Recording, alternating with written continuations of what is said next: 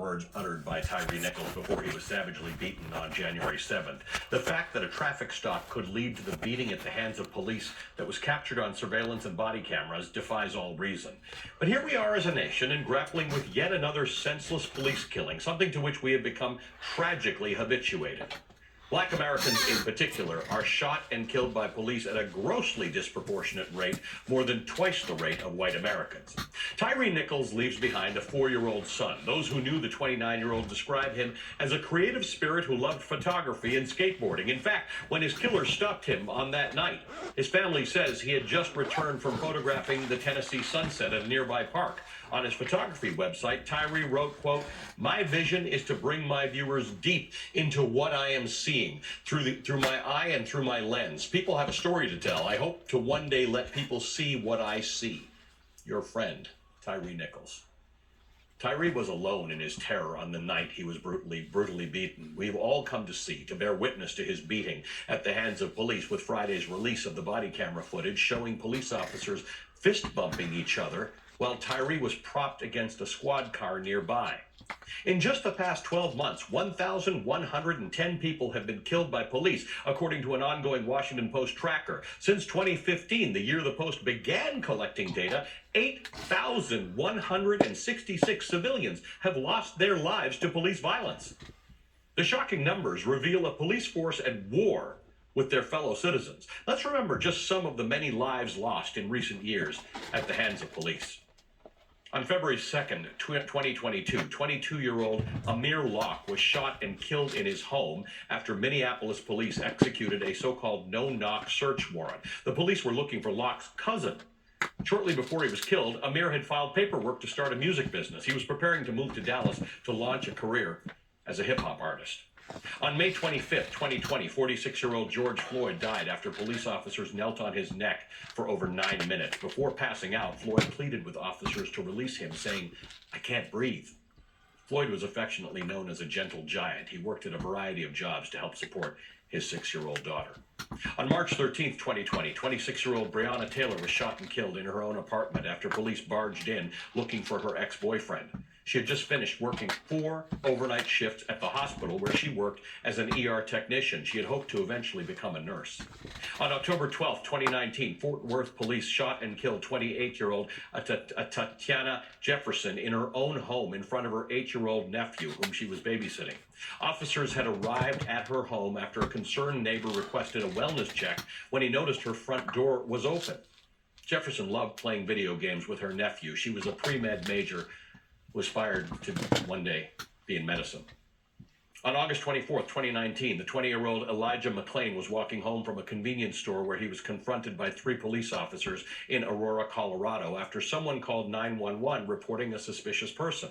After a brief exchange, an officer placed Elijah in a chokehold, restricting blood flow to his brain. While in handcuffs, he was injected with ketamine, a powerful anesthetic, causing him to suffer a heart attack. He was declared brain dead 3 days later. Elijah was a massage therapist. He taught himself how to play the violin.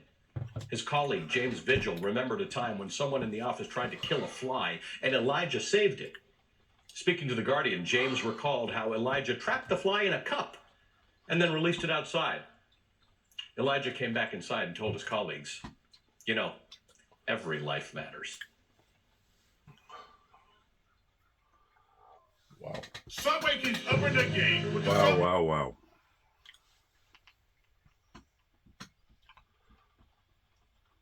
This is what happens whenever you have a nation that has turned its back on the true, righteous, holy, eternal God, and now they want to try to patch things up on the outside.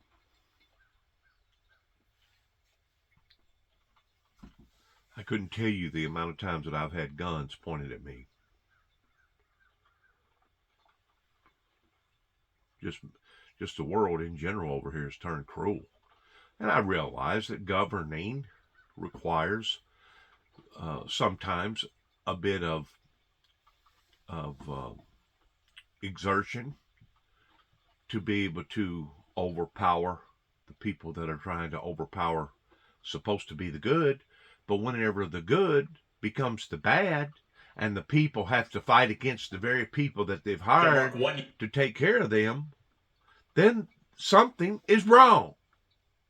And that's the part that I've been trying to talk about almost on every one of my videos, towards how that I have not only been harassed by various law enforcement agencies throughout this country, but been basically their personal whipping post, an scapegoat, because they thought that they was going to nail the big one. That way the big one was going to help them in their career.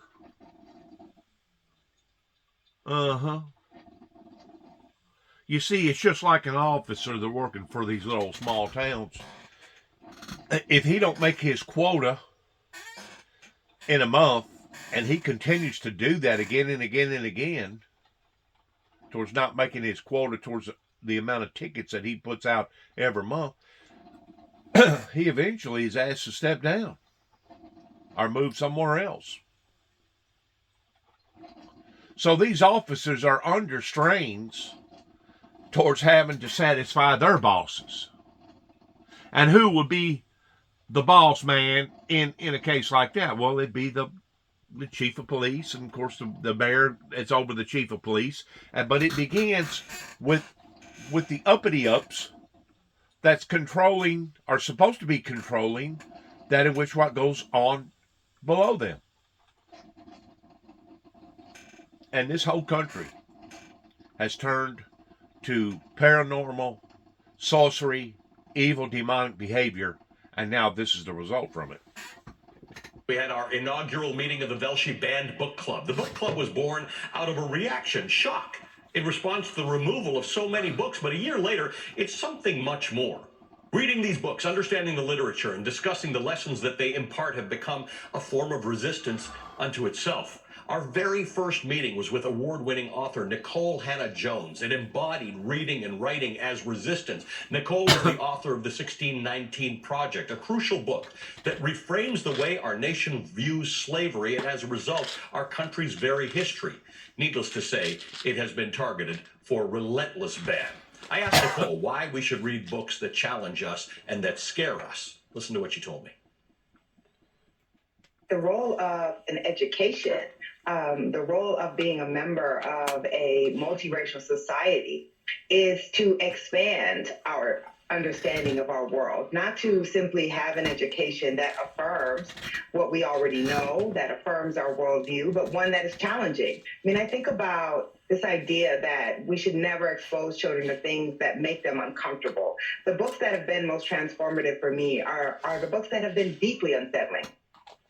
Unsurprisingly, I agree with Nikole, as I am sure most members of the Velshi Banned Book Club do as well. The books that have shaped who I am as a journalist, as a friend, as a person, have been the hard reads.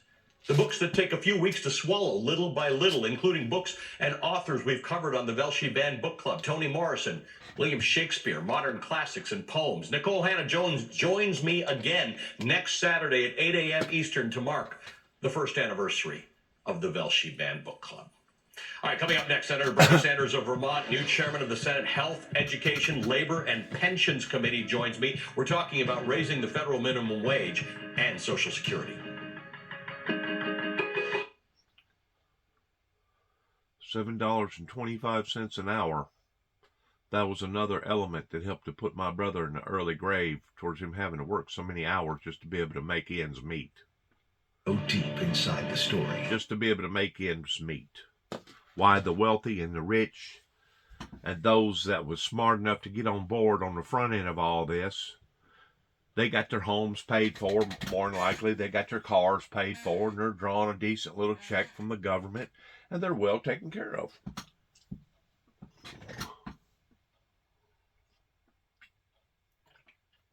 And you wonder how come society is basically regurgitating itself on itself here in America? Because there's too many people that got by scamming the system, or maybe they was good, honest people, and maybe they just worked and was loyal to a company. But now, since all the jobs has went south and all the drugs has come over here, you do the math towards what we're involved in. who was it? Brezhnev over in Russia that said that we'll take the American people over and never fire a shot? I wonder what he had in mind. Retreat. What happens from here in your estimation? How long can Putin keep this up? And hear from someone who's been there. We are Americans. We've got to figure out a way to work together to make this country a better place. You Need Your Morning Joe, only on MSNBC.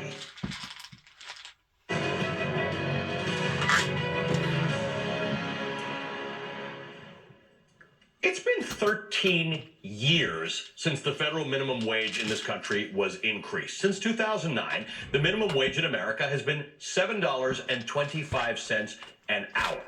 The many calls to increase the federal minimum wage have gone unanswered, but some companies are stepping up and have been in the last few years. The latest one is Walmart. Starting in early March, Walmart is raising its minimum wage for store employees to $14 an hour, up from $12. That's a roughly 17% jump in wages. The company's decision will push average hourly wages to over $17.50. That means 340,000 store employees will get a raise, representing 21% of Walmart's 1.6 million employees in the United States. Remember that Walmart is the largest private employer in the country. In his note published on the company's website, the CEO, John Furner, said he's focused on investing in employees through higher wages and new opportunities to help grow their careers. Now, this news comes as the U.S. job market remains extremely tight, with an unemployment rate of 3.5% in December. Joining me now is the Senator Bernie Sanders of Vermont, the new chairman of the Senate Health, Education, Labor, and Pensions Committee. He's a major proponent, always has been, of raising the federal minimum wage. He's also the author of a new book, It's Okay to Be Angry About Capitalism, which comes out next week. Senator, good to see you again. Thank you for being with us this morning.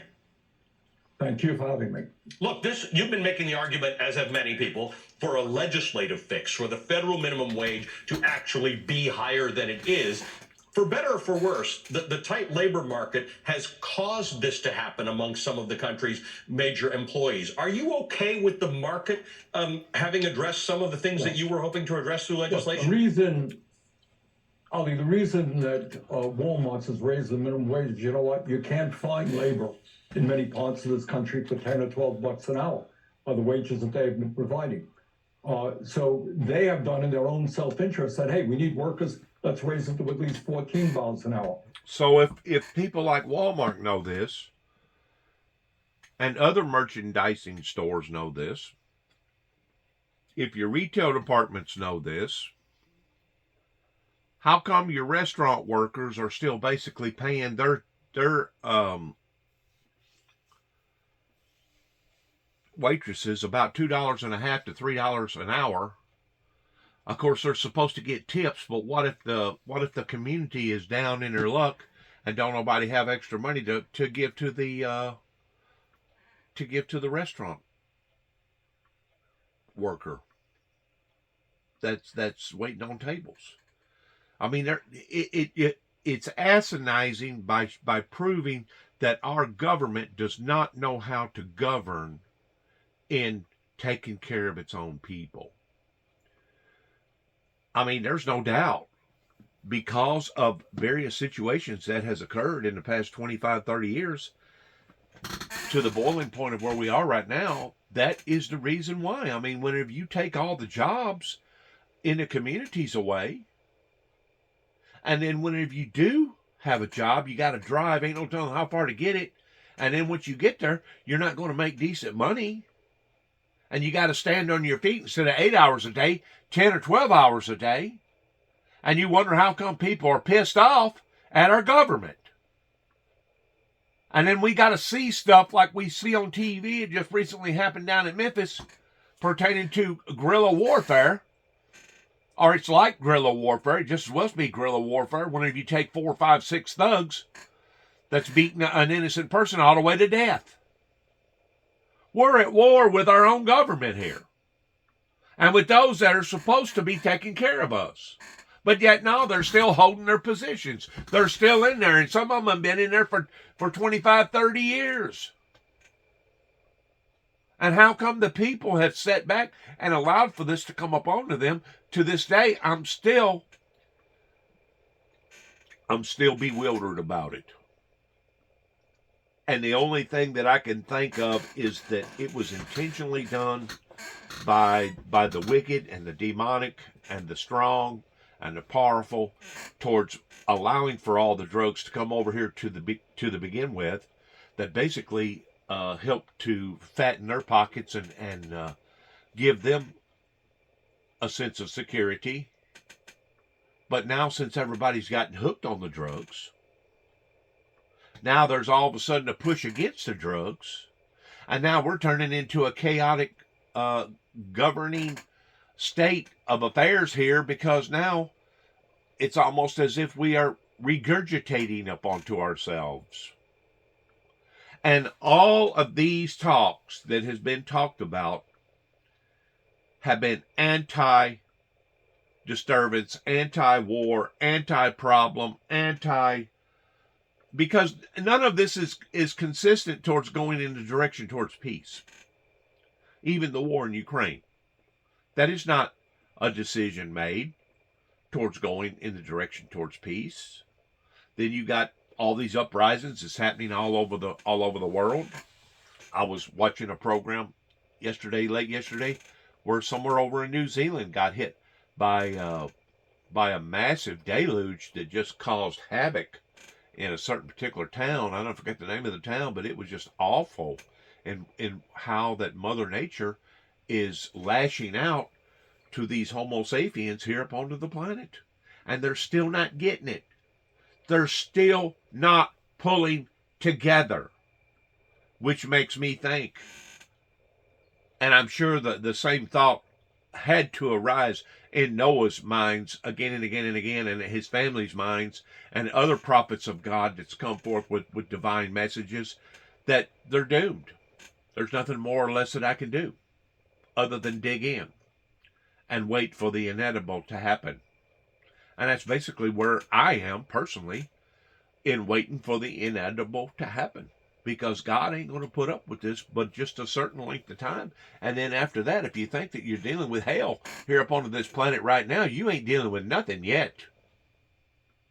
You ain't dealing with nothing yet. You wait until he comes back in flaming fire, taking vengeance upon them who don't obey him, who are not a subservient to him and for him. You wait and see what's left down here whenever he gets through with the matters. So if people think that things is tough and rough, in which they are, just hang on a little longer, because it's going to get worse. It'll get so bad that whenever it reaches that pivotal point, and I'm really surprised, the only reason why it hadn't already done that is because the love coming from the Lord Jesus Christ in making intervention prayer for us as Christians down here upon to the planet. But even his prayers will only go so far to the Heavenly Father in basically being an advocate for us sinners down here on the planet. Once it gets to the level that the Heavenly Father says they're all contaminated and it's a doomed situation, that's whenever you'll see the Heavenly Father move, and that will not be a pleasant thing to be living during that time here upon this planet. I keep continually telling people again and again and again, we are steadily heading towards the Great Tribulation. And I'm sure there's been events that's happened in other cultures throughout history that at times, regardless whether it was Spanish flu, regardless whether it was the yellow fever, regardless whether it was the Civil War, regardless whether it was this, or regardless whether it was that, there's been times that other cultures have thought, well, this must be the end. This must be Great Tribulation. And at that point in time, to that particular person or that particular group of people, it didn't matter if it was a tornado or a hurricane or a flood or a fire, to that particular person, that was the end. Because odds are that was the end of their previous existing life as they knew it. In other words, everything beyond that point was fixing to be changed. They was no longer going to have their same house. They was no longer going to have their same automobile. They was no longer going to have this, no longer going to have that. And all the things that they had become adjusted to now had suddenly been taken from them. And in some cases, a lot of the people, after they get through enduring what they have to endure, they actually feel cheated that death did not go ahead and come their way, because they would have been better off dead than having to live through the aftermath of whatever occurred. They would have been better off dead. And it's just about reached that point in my particular life, in having to watch again and again and again, day to day to day, in how destructive that these evil powers are becoming, but yet can't get the people to rally. Can't get the people to understand. I guess they're still trying to categorize me as me being somebody that's a whack job. That's what they've been trying to do for the past 35, 40 years, beginning over in Kenton, Tennessee. Somebody that was psychologically, emotionally, chemically imbalanced. I guess that's what their whole heading is, and they're not going to give up. They're not going to give up this heading. So obviously, I'm not going to gain supporters or people that care about their own initiative to the extent that basically we're on our way towards the boat going down. The ship's going down. And the people that has put us in this situation are the adults. The baby boomers, those that had control over various matters 25, 30 years ago, that has allowed for this to fester and get into the shape that it's in. Now, whenever you confront them on a one-to-one basis, well, I didn't have nothing to do with that. What can I do? I'm only a one-man pony show. And they get to looking at my life, it's like, well, if you stand up against this type of aggression, if you stand up against this type of evil injustice, look what happened to your life, Juby. We don't want the same thing happening to ours. Okay, then sit there and remain not active. Put your hands under your hips and sit and watch it unravel even more so and get worse even more so. And I feel like that there will be a generation that will come out of this after realizing the suffering and the damage that has occurred here. There will be a generation that will eventually come out of this. I don't know what that generation is going to be. I may be dead and gone before they do, but the fact of the matter is they are not uniting. And that's one thing that I can say about the black race and even the Mexican race, is that they do unite. The white race, it's all for one and one for all. And if you make it, that's fine. And if you don't, well, that's fine too.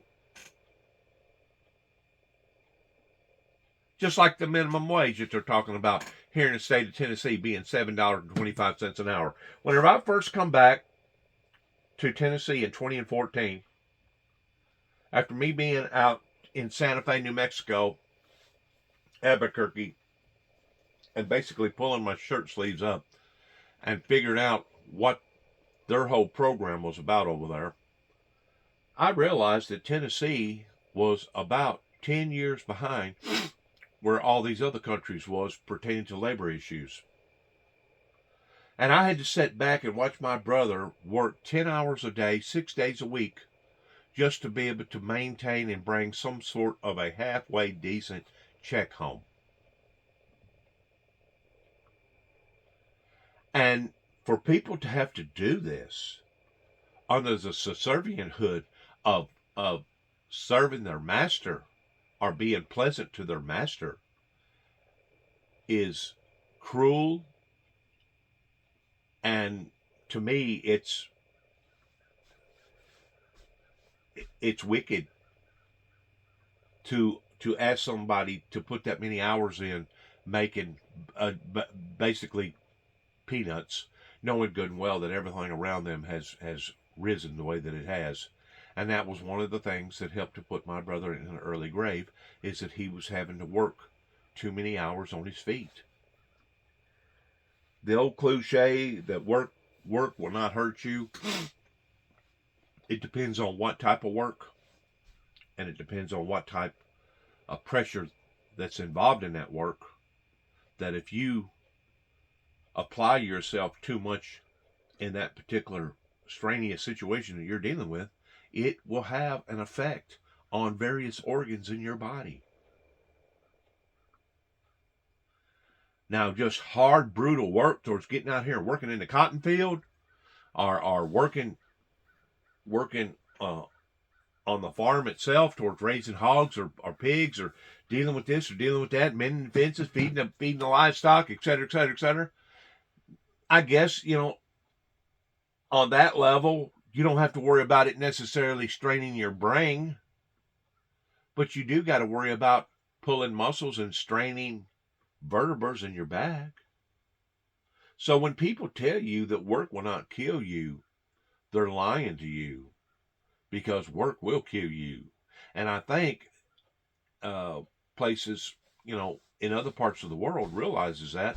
If I'm not mistaken, over in Europe, they're down to about a 30 or a 35 hour workload. The people in China, it's mandatory for them to retire at the age of 50. I mean, there's all kinds of different countries out there that have identified that work, and no play makes Jack, sure enough, a very, very dull boy. And then if you add, along with all the other elements that a lot of people having to deal with, regardless whether it be in America or some third world country somewhere, I mean, it's just absolutely intolerable for a lot of these people to even survive. And that's the reason why I say that whenever something like that happens in their lives, towards either a major fire or a major flood or a hurricane or a tornado or whatever, the aftermath is so severe, they actually wish that the storm or the occurrence would have went ahead and taken them out.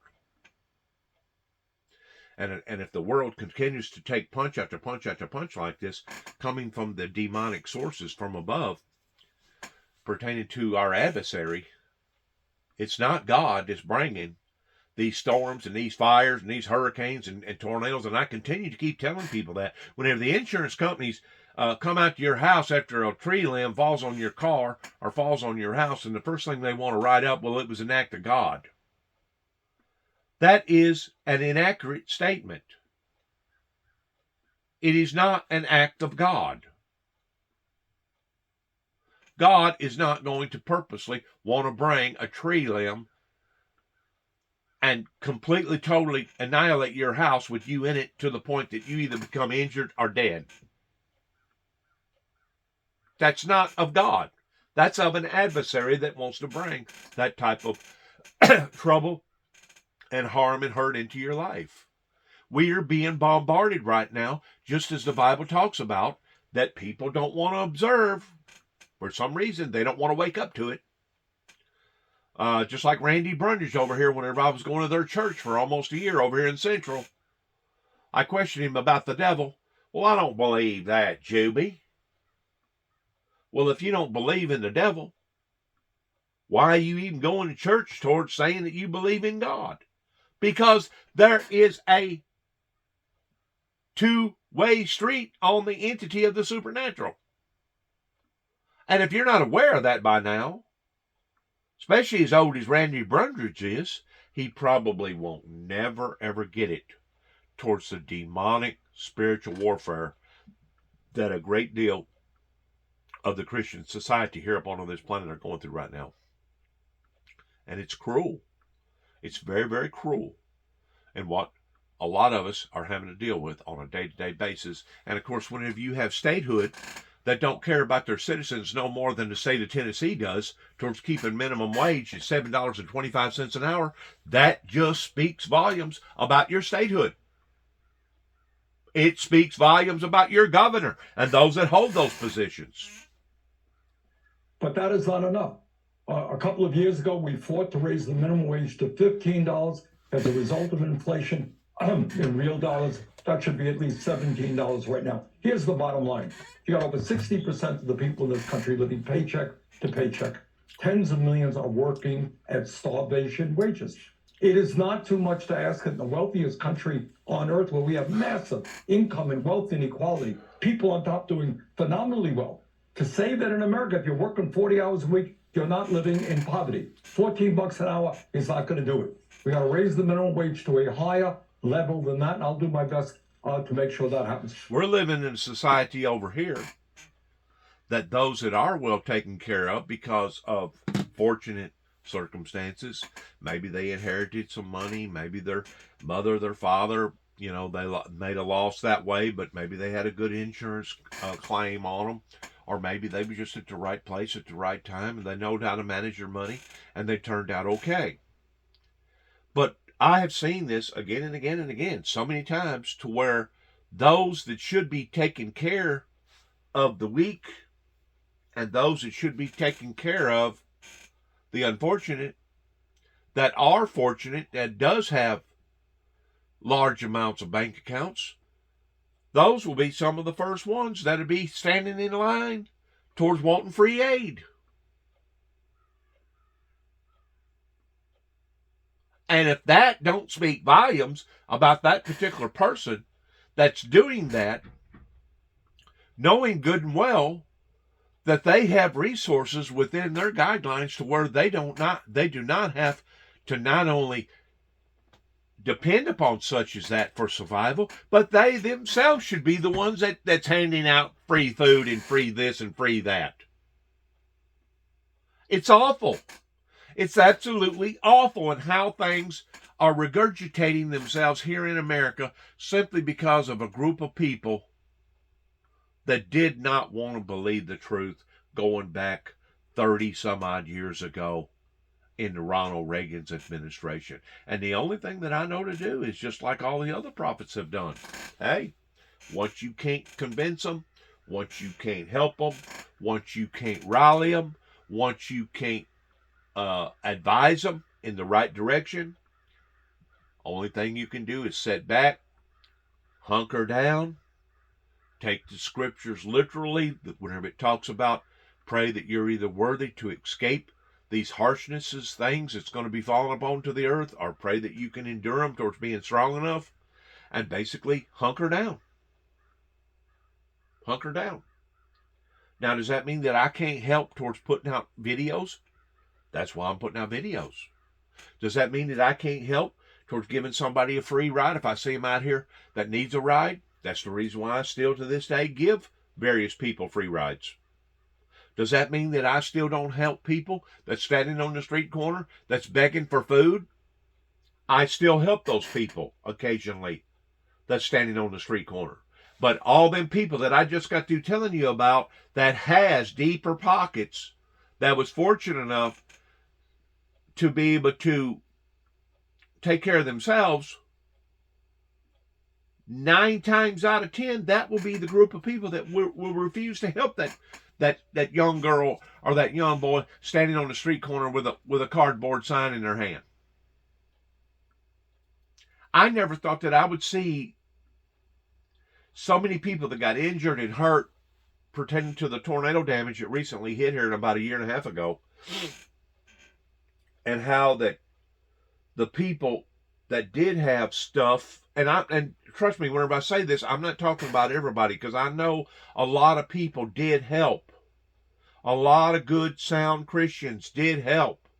They went out of their way to make sure that they went in their closet to make sure that the person that just got through losing everything at least had a coat to put on during the winter, or a toy to put in a child's hand because the parents was down on their luck. There was a lot of decency that went on during the event of those tornadoes, but there was a lot of indecency that went on during the time of that. I've said to myself, and I'll say again, I'd rather not have no friends than to have the wrong kind of friends.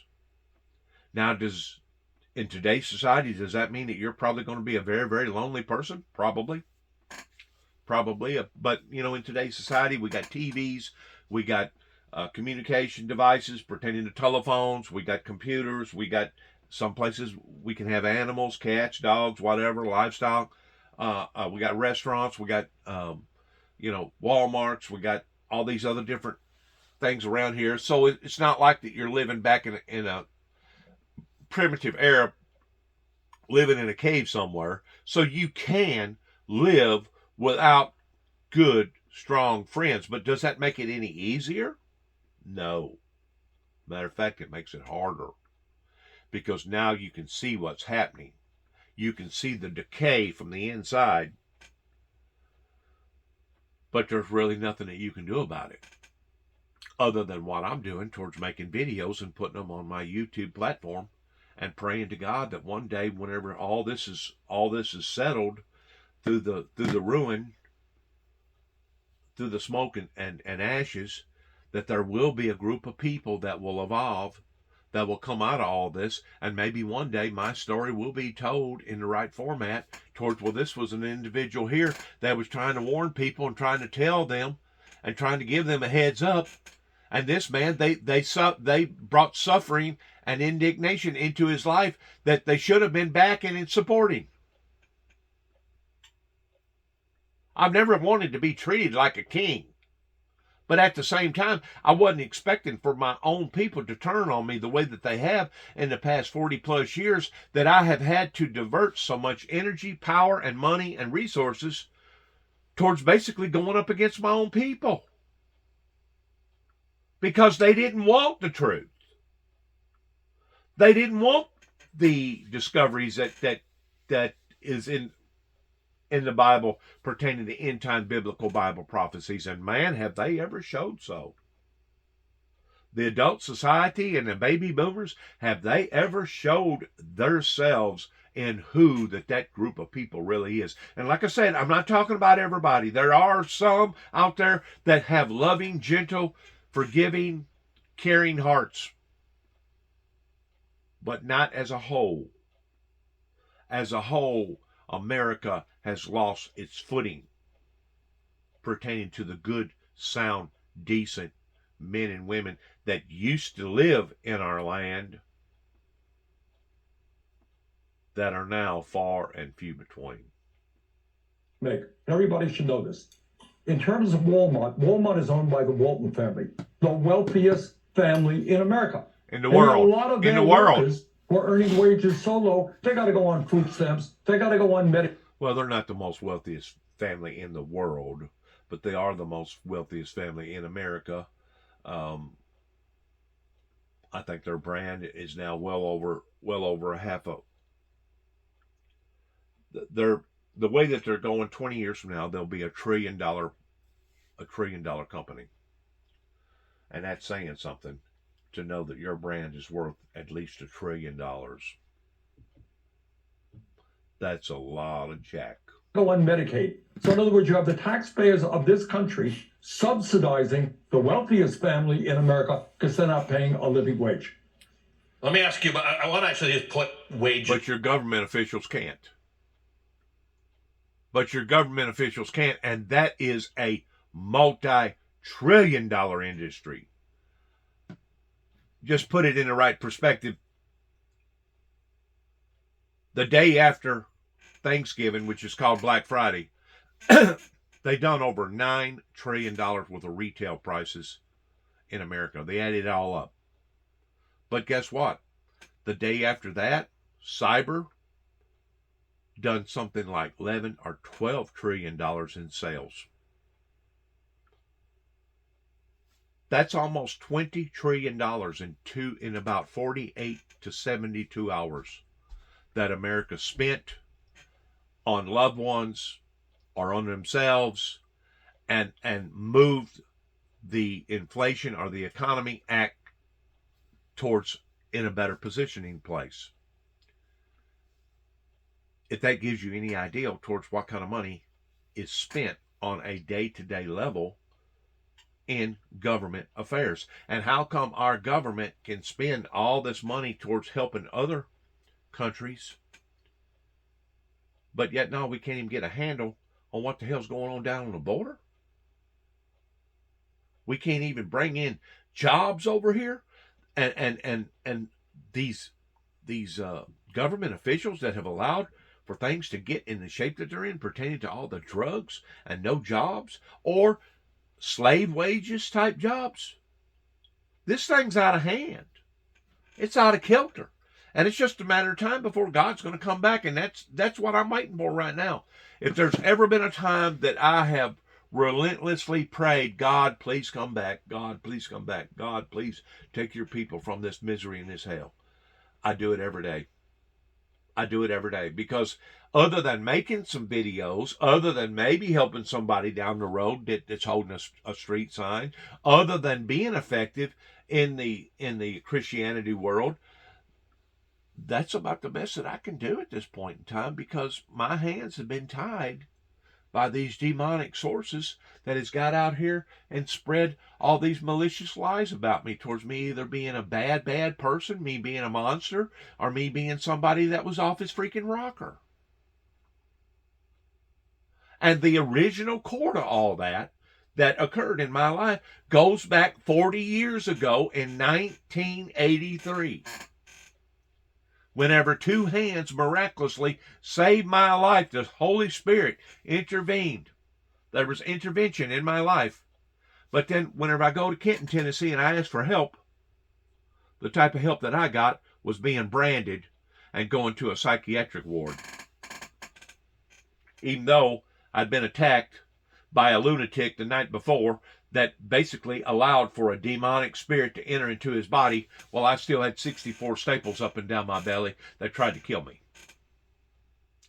And between that act and even more, basically he succeeded in convincing this community around here, from Kenton, Tennessee to Sharon, Tennessee, in different areas with different people, that his family was the family that needed help, and the whole time it was old Bob that needed the help.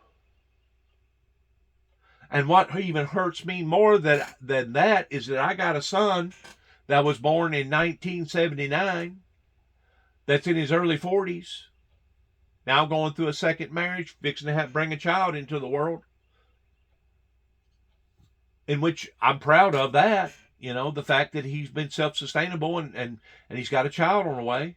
But to think that he is still siding more so with the wicked than he is the just, to me, speaks volumes about where his heart is whenever it comes to him not giving a damn about his own biological father. You know, it's one thing to do that during the episode that your grandfather's still living. Well, I don't want to hurt granddaddy. I don't want to hurt grandpa. I don't want to hurt papa. I don't want to side up with my father because of the things that he went through, because I don't want to hurt my papa's feelings. Well, that's okay. But now the papa's gone. And now it's time to look at the truth and quit avoiding the truth. Now, does that mean that his papa was all an evil, demonic, cruel person? No, because there's lots of things about my father that was good. He was good in communicating with others. He was good in doing body work during the time that he done body work. He was good towards doing some of the things that he done. But he was also bad. And whenever you get to the point that all you can see is one, if you're one-sided, like my son has been towards me and his own grandfather, well, then that tells me that you're an unjust person. You're not a moral person whenever it comes to looking at the truth, the whole truth, nothing but the truth. Like I said, I don't want to pounce on somebody's grave pertaining to them not being able to defend themselves, especially if you're bringing up stuff inaccurately about that person. But if what you're telling people is in fact the truth, and those people still deny the truth, well, then that speaks volumes about the people that you're trying to expose the truth to. Or it does to me. I still haven't had none of the townsmen over in Kenton, Tennessee come up to me and say, Dennis, I really regret that you had to go through what you went through with Damian Cross. I have yet to get one banker, one secretary, one car dealer, one person either working at co-op or down at Fred's or whatever at the grocery store to see me and to purposely walk up to me and say, Dennis, I've heard about your story and I sure am sorry you had to go through what you went through back 35, 40 years ago here in Kenton, Tennessee.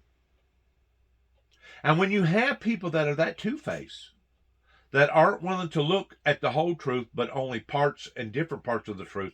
In other words, they decipher towards what they're going to believe and what they ain't going to believe, kind of like cherry picking with the Christianity society in how that they believe only part of the Bible, not the whole Bible. You have a messed up, illegitimate society that now is regurgitating up onto itself. And that's the best way that I know of explaining it or expressing it or putting it in the category towards it being the truth. We have been regurgitating upon to ourselves now for quite some times. But now since COVID has hit, man, the ugliest of the ugliest is coming out. There are a few people that are allowing them their good side to come out towards helping people, but I haven't run up on them people yet, not in Northwest Tennessee. I'm sure they're out there. I just haven't been fortunate enough to run up on one of them or not. I don't know if it's pride. I don't know if it's shame.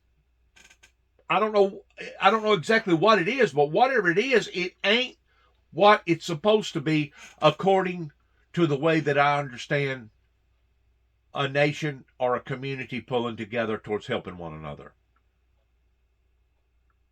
Now, there's no doubt when the tornado hit, I've seen people that was going out of their way towards doing things for people that I never would have thought would have helped anybody.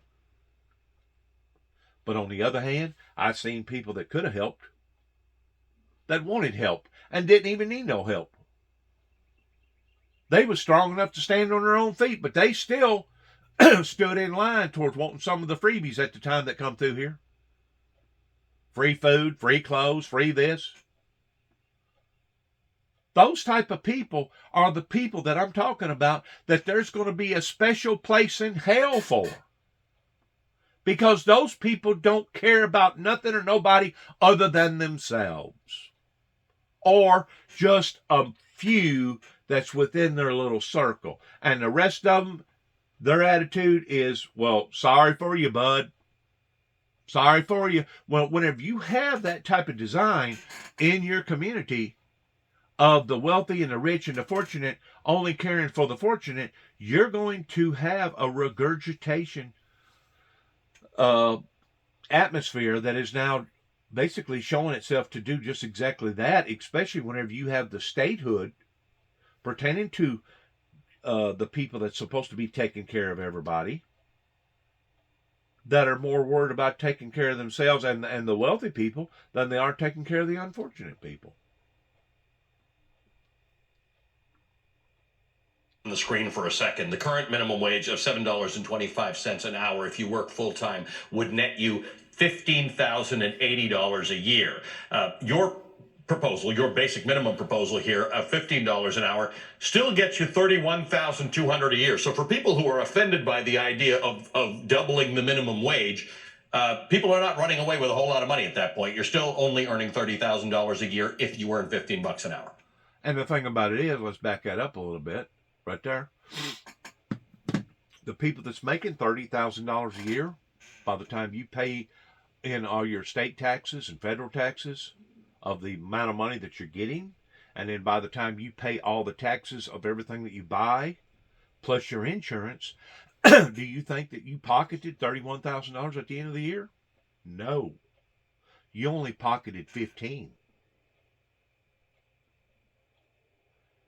So that means the people up on the top end, which they should have it just the opposite way, they should have the low end down on the bottom, but $15,000 means that those people have only pocketed about $7,000. I don't think that I could live with everything being paid for in my life other than the essentials, light bill, insurance, phone, bare necessities that I got to deal with, gas, food, etc.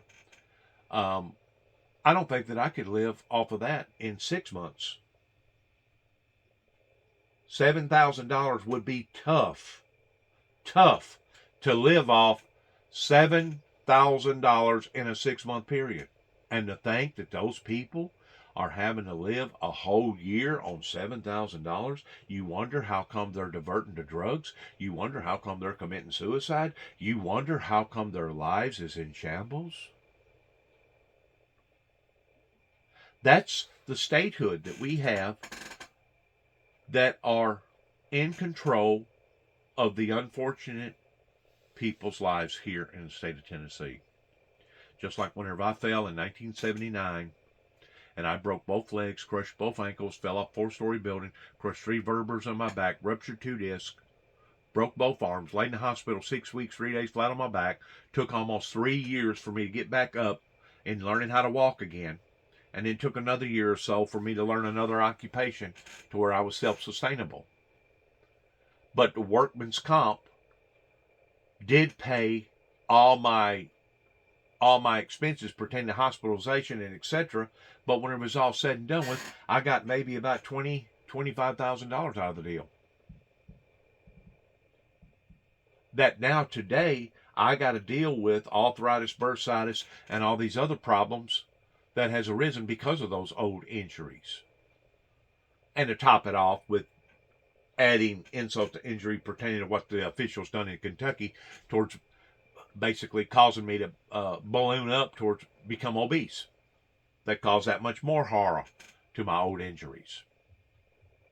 But if I would have got hurt in the state of Illinois or some of these other states that severely, to the point that it basically almost turned me into an invalid, I would have got well over $1 million to accommodate me for those injuries. But you ain't going to get that in the state of Tennessee. I understand that people in the state of Tennessee are coming to the state of Tennessee. We've basically doubled in size in the past 40 years pertaining to our population rate. And I understand the reason why is because you can still buy ground fairly cheap. You can still build your own house here in the state of Tennessee without you having to be a licensed carpenter. You can still put the plumbing in. You can still put the electric in. You can do just about everything. Now, you got to get everything all inspected and certified before you actually turn the lights on or before you turn the water on or whatever. But Tennessee, by and large, is a cheaper state to live in, and it has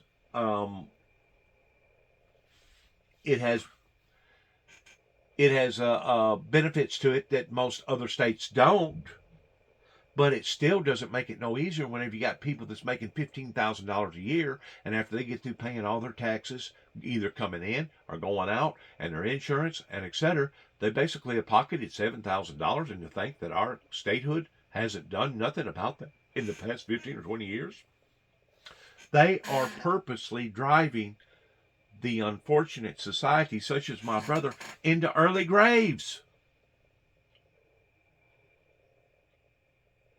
So if they all die out, all your labor force that's actually cycling this money and actually making money and paying these taxes, when it's all said and done with, what's going to happen to the wealthy and the fortunate that are now fortunate?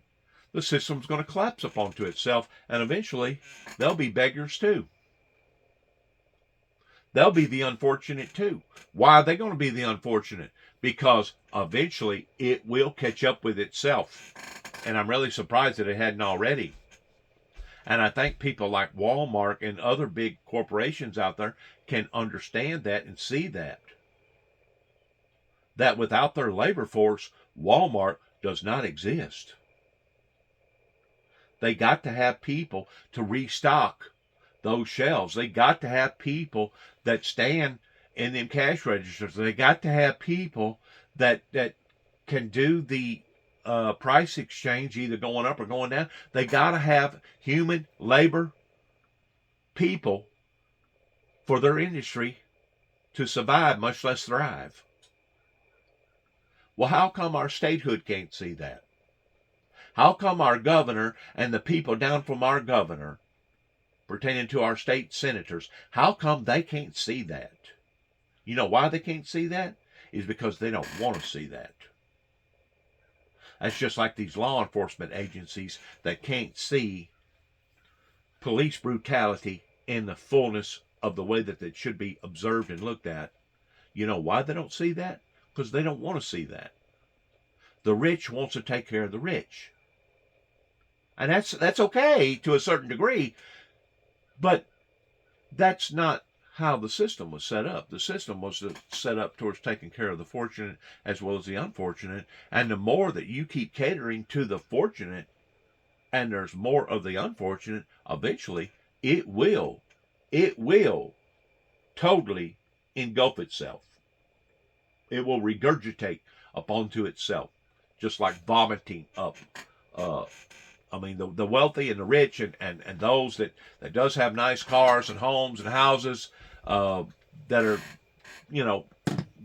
getting through life pretty good, they don't realize that by their disobedience towards not doing the right thing, eventually is going to cause havoc in their own lives. But they're blinded to that. They're blinded to it, just like the officers that was beaten on that individual down in Memphis, Tennessee, was blinded to the fact that what they was doing was wrong. What blinded them? Who blinded them? And I'm just using that for an example. You can go back in most every harsh event. It don't matter if it's a murder or whatever.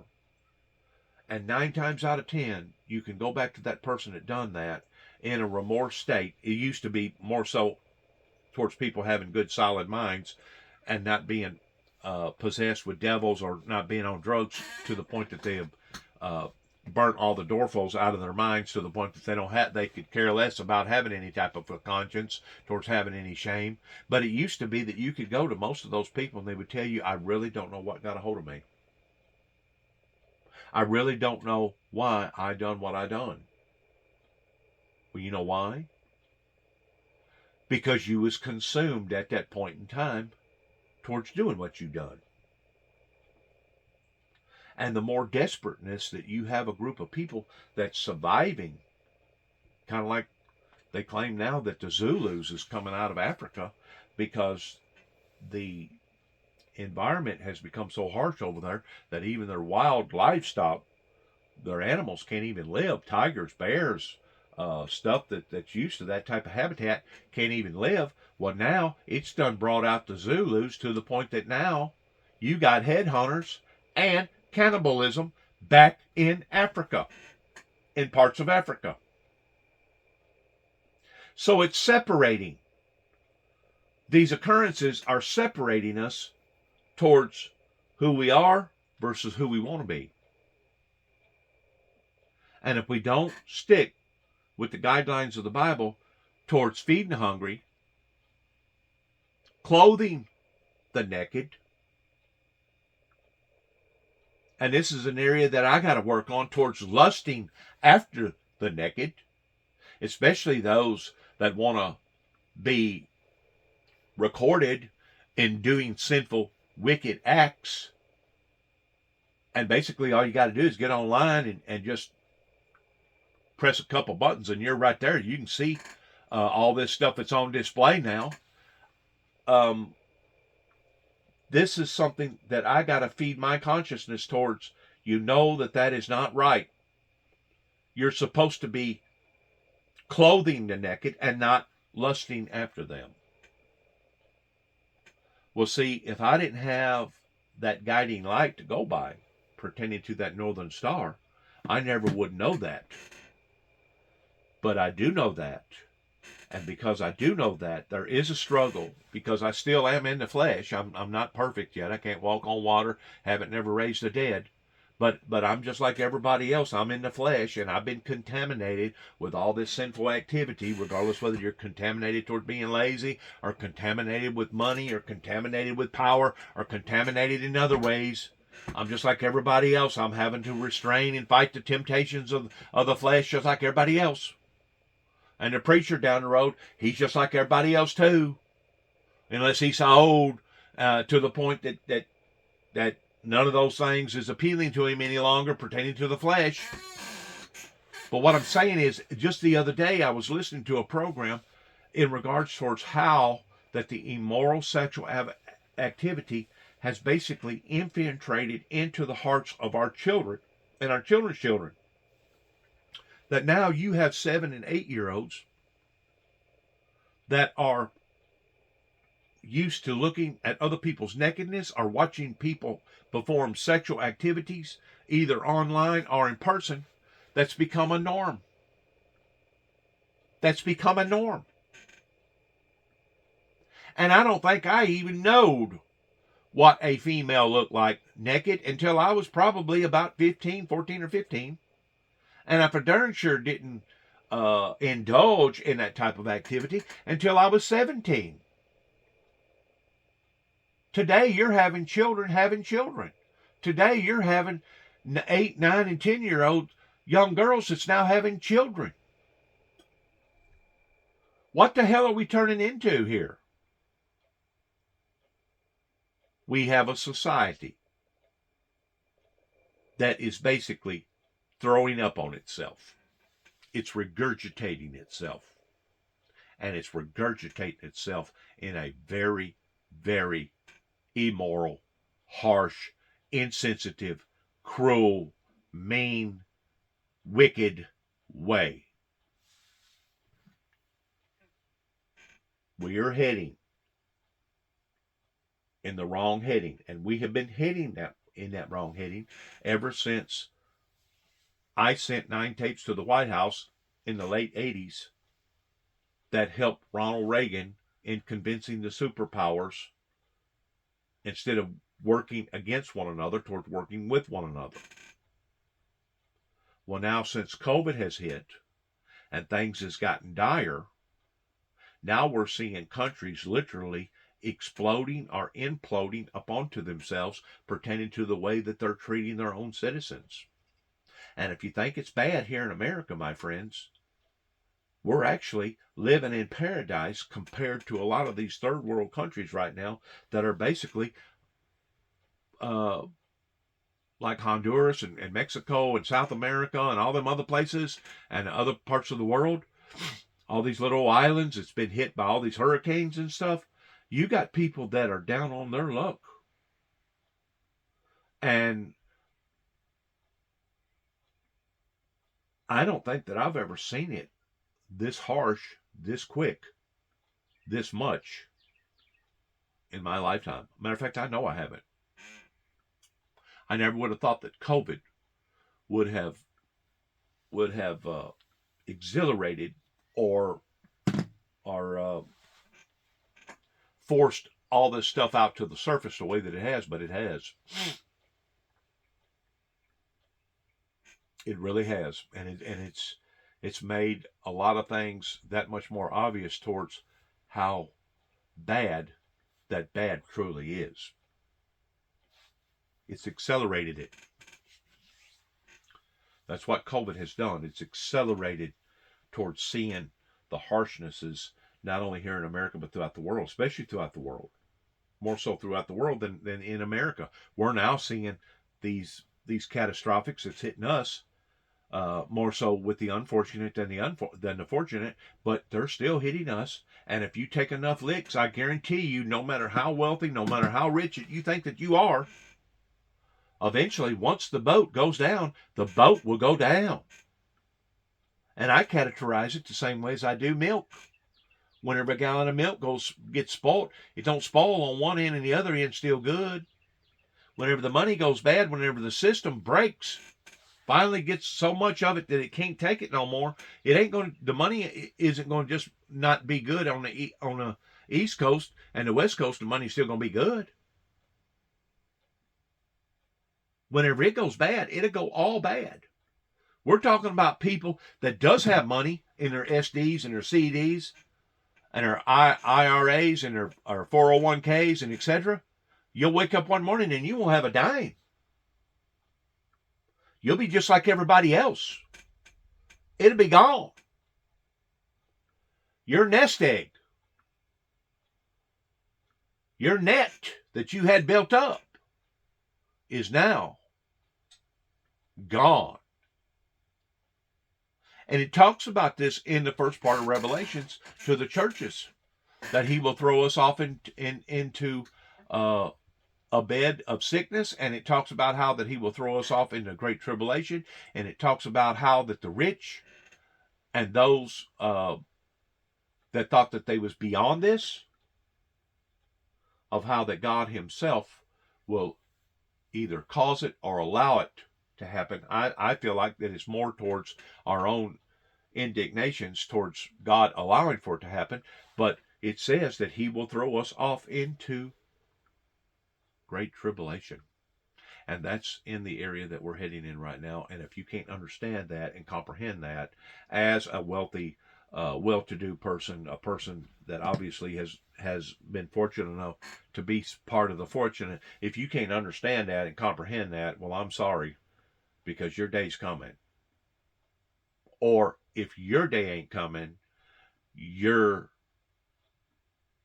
children or your grandchildren's day's coming because of this inadequacy that's happened with all of us, especially the powerful, especially the rich, especially the statehood. $1 a year if you earn $15 an hour. And Ali, the price of housing has soared in recent years. You're an average worker.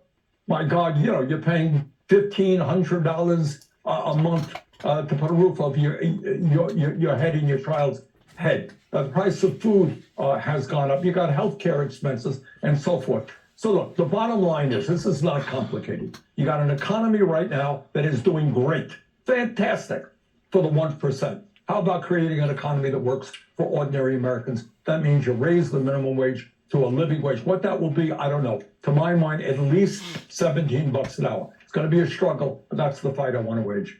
Let me ask you about Social Security. There are concerns amongst members of the new majority in the House that the Social Security Trust Fund will not be fully funded by 2033. They've caused people to think that means that if you are retiring at that point, you won't get your full payout. That is inaccurate. However, there is an issue with funding, with replenishing the trust fund. You have a different solution for that than the Republicans have. Right. These guys over in the House, some of them, not all, think that the solution is at a time when so many seniors, we don't talk about this enough. You got people who are trying to make it on Social Security $15,000, $18,000 a year. You can't. So the solution is not what some Republicans want, to cut Social Security. The solution is to lift the cap on taxable income coming into the trust fund. Right now, you have an insane, really absurd situation. Person X makes $10 million a year. Person Y makes $160,000 a year. Both contribute exactly the same amount of money into the Social Security Trust Fund. If you lift that cap, as our legislation proposes, start at $250,000, you will have Social Security solvent for the next 75 years, solves the problem entirely, and raise benefits for lower income seniors. So that's the fight that we are waging. We're going to introduce that legislation this week.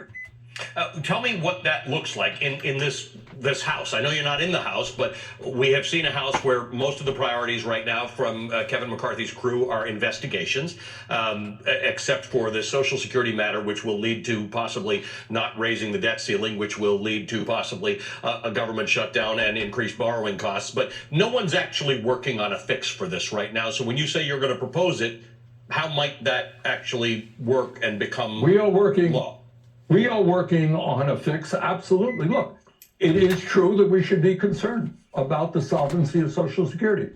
Our legislation says that the wealthiest people in this country, you're no longer going to get a massive tax breaks in terms of Social Security Trust Fund. Pay a fair share. We solved that problem for 75 years. And by the way, there is a lot of support among the American people for that idea and in the Senate as well. But I think, Ali, to answer your question, I think our job in the Senate is to put concrete ideas on the table that the American people will say, yeah, we should raise the minimum wage. Yeah, we should increase benefits for low-income seniors and improve the solvency of Social Security. Yes, we should take on the greed of the pharmaceutical industry and lower our prescription drug costs in this country. Yes, we should deal with the crisis in childcare. I think if we do our job, people will see the contrast between serious legislating and what goes on in the House. But that contrast, how does it manifest? In other words, does that mean for the next election for 2024? Because there's a long distance between Bernie Sanders putting out an idea and a Republican House passing a piece of legislation. You still talk, as you and I often have talked for years, about Medicare for all, some sort of universal health care in America. It's a great idea. Lots of Americans actually support it. But there's no road to legislation right now. So is this about building a platform for 2024? Well, Ali, I'm not so sure. I'm not so sure. I saw a poll not so long ago among Republicans, just polled Republicans. Do you know what the major issue the Republicans were concerned about? Yeah. Is the outrageously high cost of prescription drugs. Right. And my Republican colleagues understand that. Question is, do they have the guts to take on the power of the pharmaceutical industry and lower prices in this country the way they are in We Canada saw the and where answer to they that are with in Europe. we saw the answer to that with insulin. For whatever reason, the Republican Party decided to take the wrong position on subsidizing insulin for the millions of people who need it. Yeah, and they did terribly, by the way. They did not do as well as expected in the last election. That's what our job is. If you have the overwhelming majority of Republicans say, let's see, pharmaceutical industry makes tens of billions of dollars in profits, and yet we pay, in some cases, 10 times more than Canadians for the same drug. That doesn't make sense. We take the case to the American people. I think we put the Republicans on the defensive. And by the way, you may have, in terms of Social Security, our old friend Donald Trump, you recall what he just said a week or two ago? He said to his Republican colleagues, don't cut Social Security and Medicare. They will listen to them. Our job is to create pressure around an agenda that works for the working class and the middle class. Be aggressive. Pass that bill in the Senate and show the contrast. Senator, good to It's see you what on a the Sunday House is morning. I doing. appreciate it. I'm always used to seeing you with like Vermont in the background and Canada in the distant background, and I don't know what's going on. You're in a suit in something that looks like an office. It's messing me up. But nice to see you as always. Okay, take care. Senator Bernie Sanders of Vermont. Still ahead, the anti-democratic, anti-education agenda of the Trumpist wing of the GOP and the threat that it poses to the future of our country. And it does. God does it ever. I don't even want to go there.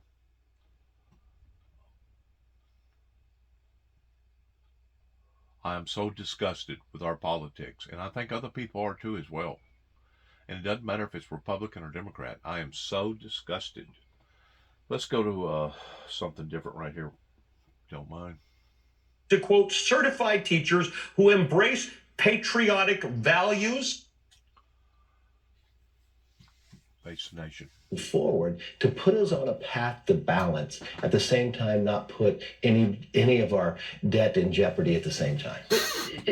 Avoid a default, in other words. But do you have any indication that the president is willing to discuss both lifting the debt ceiling and the issue of future spending? Well, if he's changed his mind from his whole time in the Senate and vice president before, I mean, he literally led the talks in 2011 and he praised having those talks. This is what he's always done in the past. And if he listens to the American public, more than 74% believe we need to sit down and find ways to eliminate this wasteful spending in Washington. So I don't believe he would change his behavior from before. And I know there's a willingness on our side to find a way that we can find a reasonable and responsible way to get this done. Right. I mean, you know I'm asking that in terms of not linking In my one as first leverage for the conversation, other. and to be fair, the president, when he called me to congratulate winning speaker, this is one of the first things I brought up to him, and he said we'd sit down together. Now, I know his staff tries to say something different, but I think the president is going to be willing to make an agreement together. Well, we'll watch for that on Wednesday. I'm hopeful, yeah. I want to dig into what you are willing to put on the table, because Republicans campaigned on fiscal responsibility. You promised you won't spend more next year than you did last year. Are you willing to consider any reductions to Social Security and Medicare? No, let's take those off the table. We Completely. Yeah, I mean, if you read our commitment to America, all we talk about is strengthening Medicare and Social Security. So, and I know the president says he doesn't want to look at it, but we've got to make sure we strengthen those. What do you mean by strengthen? Do you mean lift the retirement age? No. What I'm talking about, Social Security and Medicare, you can keep that to the side. What I want to look at is they've increased spending by 30%, $400 billion in 4 years. When you look at what they have done, adding $10 trillion of debt for the next 10 years in this short time period, if you just look a month ago, they went through and they never even passed a bill through appropriations in the Senate. While Mr. Schumer has been leader, he's never passed a budget. He's never passed an appropriation bill. He simply waits to the end of the year and allowed 2 senators who are no longer here to write a $1.7 trillion omnibus bill. You want to work with Democrats to come to agreement on a budget? Yes. Is that what you're saying? Yes. I first think our very first responsibility, we both should have to pass a budget. We both should have to pass the appropriation bill so the country can see the direction we're going. But you cannot continue the spending that has brought this inflation, that has brought our economic problems. We've got to get our spending under control. Okay, just fact check though, 25% of the debt was incurred during the last 4 years of the Trump presidency. I mean, this is cumulative debt over many years. Well, over a short this time period, but you've also found that you had a pandemic. And as that pandemic comes down, those programs leave. I've watched the president say he cut it. No, it is spending $500 billion more than what was projected. They have spent more, and we've got to stop the waste. Is defense spending on the table? Well, look, I want to make sure we're protected in our defense spending, but I want to make sure it's effective and efficient. I want to look at every single dollar we're spending, no matter where it's being spent. I want to eliminate waste wherever it is. But when you became speaker, you did come to that agreement I've referenced of capping 24 spending at 22 levels. Well, so that would call for reductions. No, I mean, look, you're going to tell me inside defense there's no waste others. So defense spending is spend a lot of. I think everything, when you look at discretionary, is sitting there. It's like every single household. It's like every single state. We shouldn't just print more money. We should balance our budget. So I want to look at every single department. Where can we become more efficient, more effective, and more accountable? So more efficiencies in Social Security and Medicare as well. The one thing I want to take, we take Social Security and Medicare off the table. What would you support a short-term debt limit extension until September? Buy more time for talks. Look, I don't want to sit and negotiate here. I'd rather sit down with the president and let's have those discussions. The one thing I do know is we cannot continue the waste that is happening. We cannot continue just to spend more money and leverage the debt of the future of America. We've got to get to a balanced budget. Well, and I think many people would agree with you on the issue of fiscal responsibility, but there's that deadline on the calendar in terms of facing potential default. Are you saying you will guarantee the United States will not do that? We're not going to default, but let me be very honest with you right now. So we hit the statutory date, but let's take a pause. We have hundreds of billions of dollars. This won't come to fruition until sometime in June. So the responsible thing to do is sit down like 2 adults and start having that discussion. Unfortunately, the White House was saying before, like they wouldn't even talk. Right. I'm thankful that we're meeting on Wednesday, but that's exactly what we should be doing. And we should be coming to a responsible solution. Every family does this. What has happened with the debt limit is you reached your credit card limit. Should we just continue to raise the limit, or should we look at what we're spending? Well, if Chuck Schumer, Chuck Schumer never passed a budget since he's been leading. Yeah. He's never passed an appropriation bill. Those are the most basic things that Congress should do. And if you're going to show to the American public where you want to spend your money, and if you're going to ask the hardworking taxpayer for more of their money, you first should lay out how you're going to spend it, and you should eliminate any waste so you don't have to raise more. But just to put a fine point on it, because it matters a lot to the markets in particular, you will avoid a default. You will not let that happen on your watch. There will not be a default, but what is really irresponsible is what the Democrats are doing right now, saying you should just raise the limit. Would you get in the way? If 15 Republicans came to you and said they would be willing to raise the debt limit, would you allow them to do so with Democrats? The only person who is getting in the way right now is the president and Schumer. They won't even pass a budget. They won't even negotiate. We have now till June. I want to make sure we have something responsible, something that we can move forward on, and something something that we can balance our debt with. So I'm looking for sitting down. That's exactly what I've been asking for. The only one who's playing with the markets right now is the president. To have the idea that he wouldn't talk, does the president really believe, and really all your viewers, do you? The wealthy is still getting wealthier, and the poor are getting poorer. And those that was fortunate enough to get by because the factory stayed open long enough for them to get to retirement or whatever, and they was good, sound, honest, devoted, loyal people, are struggling towards maintaining their livelihoods.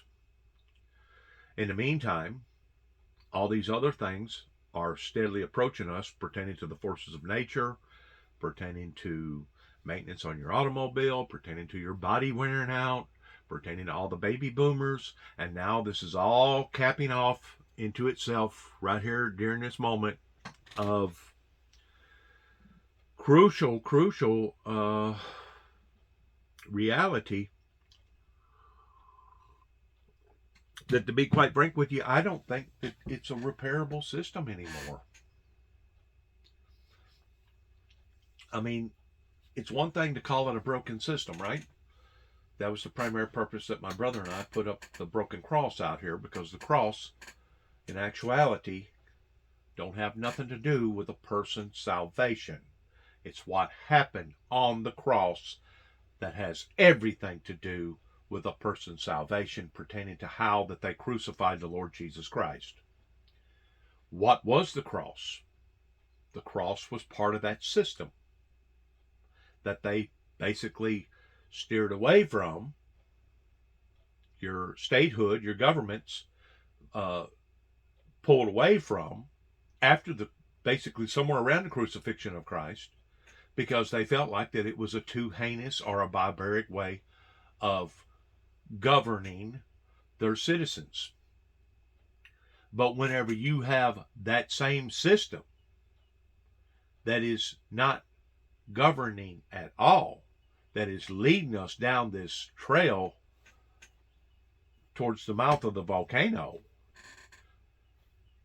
and the system cannot be repaired, then you have to go to plan B, which is, well, let's reinforce another system. Which leads to another question. Is the second system that you're going to mandate, is it going to be better than the first system towards people taking advantage of that system and working underhandedly, making dark money, all the illegals coming over here, all the freebies being put out? Is the second system actually going to be better than the first system, or is it going to be just as vulnerable as the first system, pertaining to the wealthy continually getting wealthy, the poor continually getting poorer, pertaining to the 1% versus the 99%ers? So that's what we're going to have to stare off on, I think, within the next few years here in America, towards, it's not a matter of repairing the system, it's a matter of replacing the system. Before we invert a lot of time in the New World Order, we need to fix the Old World Order. And if we can't fix the Old World Order, pertaining to how that we fundamentally grow and live and basically exist, if we can't fix the Old World Order, how fair do you think the New World Order is going to be whenever they do bring in the mark of the beast 666? The Antichrist, the false prophet.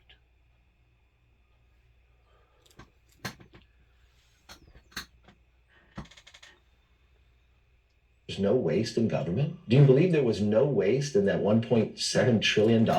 That's what we were spending just 4 weeks ago. So I think the rational position here is sit down, eliminate the waste, and put us on a path to balance. We'll watch for that meeting on Wednesday. I want to ask you about your vision of leadership. You made a number of deals within your party to win the speakership. Senator Mitch McConnell, your Republican colleague, said, hopefully McCarthy was not so weakened by all this that he can't be an effective speaker. How can you effectively govern with a very narrow majority and when your conference is so divided? Well, that may be somebody else's opinion. So let's just see what my father always said. It's not how you start, it's how you finish. So let's see what happened in the first week. So in the very first week, we had passed what? We repealed the 87,000 IRS agents. We bipartisanly created a new select committee on China where 146 Democrats joined with us. We bipartisanly passed to stop the strategic petroleum reserve being sold to China where 113 Democrats joined with us. We just now, for the first time on the House, it hasn't happened in 7 years, the entire time the Democrats were in the majority, where you had an open rule. And let me explain what that is. An open rule allows every single member of the House to offer an amendment on the bill. So what I'm trying to do here is let every voice in America have their ability inside the House. We open the House back up so the public could actually join. So you're arguing you haven't been weakened, but... No, it's only been strengthened. Maybe people didn't like what they saw, that we didn't win on the very first vote, but that was democracy. And what you found at the end of the day, we're actually stronger. Well, you know what else? Yeah. We changed it where members of Congress now have to show up for work. I know in the Senate, they don't come very often, but if you look what we've been able to do, we're transforming Congress. Well, you we're also looking for allow solutions. just one member now can force a vote to oust you as speaker. Okay. How can you expect to serve in the next 2 years in this role? Exactly how every other speaker has served with that. Without those rules like that No. right now, that's a risk. Okay. I mean, you really think you can control the Freedom Caucus and some of those more conservative members who gave you such a hard time? Everybody has a voice, but let me explain that. That one vote to vacate, that's not new. That's been around for 100 years. The only person who took it away when they got a small majority was Nancy Pelosi. So Nancy felt she did not have the power to stay in office if that was there. I'm very comfortable in where we are. So I don't have any fear in that. You don't regret any of the concessions you made? The only concession I made was taking it from 5 to 1, where it's been around for 100 years. I want to ask you about some of the makeup of your caucus. According to CBS Records, 70% of the House GOP members denied the results of the 2020 election. You put many of them on very key committees: Intelligence, Homeland Security, Oversight. Why are you elevating people who are denying reality like that? Well, if you look to the Democrats, their ranking member Raskin had the same thing, denied Trump or Bush was in there. Benny Thompson, Did you see those numbers that we just put up there? 70%. Did you also be fair and equal where you looked at Raskin did the same thing? Benny Thompson, who's a ranking member and was the chair. These individuals were chair of the Democratic Party. I'm asking you, as leader of Kevin McCarthy's House, why you made these choices. These were your choices. Yeah, they're my choices, but they're the conference choices. But I'm also asking you, when you look to see just Republicans, Democrats have done the same thing. So maybe it's not denying. Maybe it's the only opportunity they have to have a question about what went on during the election. So if you want to hold Republicans to that equation, why don't you also hold Democrats? Why don't you hold Jamie Raskin? Why don't you hold Benny Thompson when Democrats had appointed them to be chair? I never once heard you ask Nancy Pelosi or any Democrat that question when they were in power in the majority. When they questioned... You're talking about things going back to 2000, which was a time when I didn't have this show back then, which is why I'm asking you now about your leadership. They were in power last Congress. So why? But you're talking about questions from 2000. But you're asking me about questions that happened to another Congress. You're actually about questions for another Congress. So the only thing I'm simply talking... These are members who just got elected by their constituents, and we put them into committees, and I'm proud to do it. Let me ask you about some specifics then. Marjorie Taylor Greene, you put her on a new subcommittee to investigate the origins of COVID. Yes. She compared mask requirements to the type of abuse Jews were subjected to during the Holocaust. She called for Fauci to be arrested and imprisoned, and she spread conspiracy theories. How's anyone supposed to take that work seriously and find that work credible? Very well. You look at all of it, so you have all the questions out there. I think what the American... You think these are legitimate questions? I think what the American public wants to see is an open dialogue in the process. This is a select committee where people can have all the questions they want, and you'll see the outcome. You know that there is a lot of doubt about institutions and faith in institutions. And those Oh, yeah. When you saw what happened in Congress where they had proxy voting, where bills didn't go through committees. I don't think most people know what proxy voting is. Well, let's explain but I think it would be fair to your level, viewers. According to Gallup, of Congress is at 22%. Approval level of journalists is also not very high. I'll give you that. But doesn't it further wear down credibility when you put someone who's under state, local, federal, and international investigation as a representative of your party on committees? I'm talking about George Santos, representative from New York. We should have that discussion. So let's have that discussion. You want to bring up Santos, and let's talk about the institution itself, because I agree wholeheartedly that Congress is broken. And I think your listeners or viewers should understand what proxy voting was, because it never took place in Congress. But I'm asking you about George Santos. I know you asked me a question. Let me ask you. Because you could put it to a vote. You asked me a question. I'd appreciate if you let me answer. So let's go through this, because it's not one simple answer. Congress is broken based upon what has transpired in the last Congress. The American public wasn't able to come in to see us. People voted by proxy, meaning you didn't have to show up for work. Bills didn't have to go through committee. So what I'm trying to do is open the people's house back for the people so their voice is there, so people are held accountable. So now, as I just had in the last week, for the first time in 7 years, every member got to vote. If you got a third of your caucus to vote to oust him, you could do so. You don't think you could get your Republicans to do that? I wasn't finished answering the question. So, if every single new person brought into Congress was elected by their constituents, what their constituents have done is lend their voice to the American public. So those members can all serve on committee. Now, what I'm trying to do is change some of these committees as well. Like the Intel Committee is different than any other committee. So you're just not going to answer the question I asked? Well, no, you don't get to question whether I answer it. You asked a question. I'm trying to get you through that. I don't think you've said the name George Santos like once. But you know what? You're talking about proxy voting and other things. But you started the question with Congress was broken, and I agreed with you. But I was answering the question of how Congress is broken and how we're changing it. So if I can finish the question that you asked me, how Congress is broken, I equated every single member that just got elected by their constituents, they have a right to serve. So that means that Santos can serve on a committee the same way Swalwell, who had a relationship with a Chinese spy, but they will not serve on Intel. They're wrapping me in the control room because that's unfortunate. I wish I could answer the question. Leave it there. I would love to have you back. I would love to be able to come back and have time to answer the questions. But we've spent a lot of time here, and I have more questions for you, but I got to go, so we'll be right back. There's no doubt, Margaret, she is a hefty, exhilarant interviewer. Hill last week for an exclusive interview with the two leaders of the Senate Intelligence Committee, Democratic Chairman Mark Warner and Republican Vice Chairman Marco Rubio.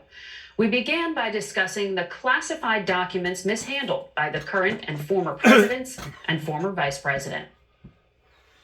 Do you have any timeline in terms of when you will get visibility into the documents of classified material that both President Biden and President Trump had in their residences?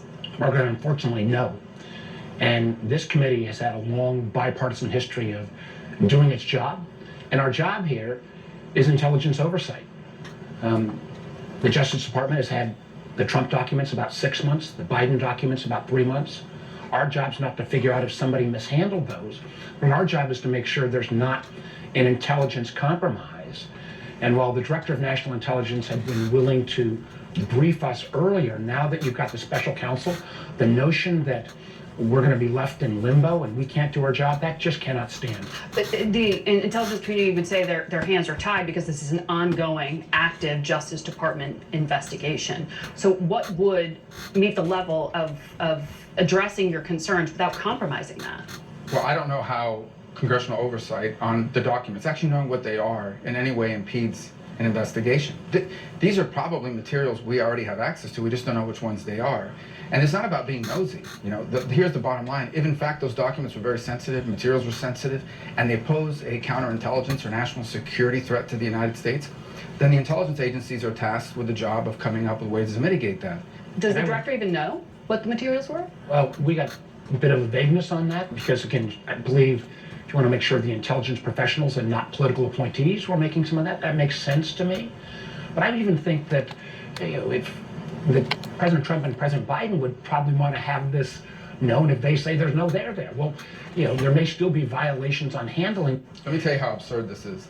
There isn't a day that goes by that there isn't some media report about what was found where, what some sort of characterization of the material in the press. So somehow the only people who are not allowed to know what was in there are congressional oversight committees. So this is an untenable situation that I think has to be resolved. The idea that some of these documents go all the way back to when President Biden was a senator, does that suggest that there's something more than a problem in the executive branch? Agreed. That's why the notion of we're not going to give the oversight committee the ability to do its job until the special prosecutor somehow says it's okay doesn't hold water. You know, we have a right as not only members of the Intelligence Committee but as part of the leadership to review virtually every classified document. We got a problem in terms of both classification levels, how senior elected officials, when they leave government, how they handle documents. We've had too many examples of this.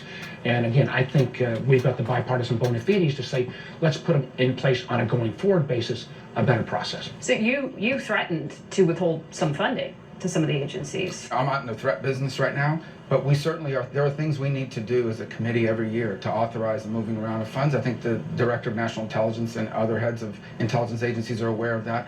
You know, at some point, I'd prefer for them just to call us this morning or tomorrow or whenever and say, look, this is the arrangement that we think we can reach so that the overseers can get access to this.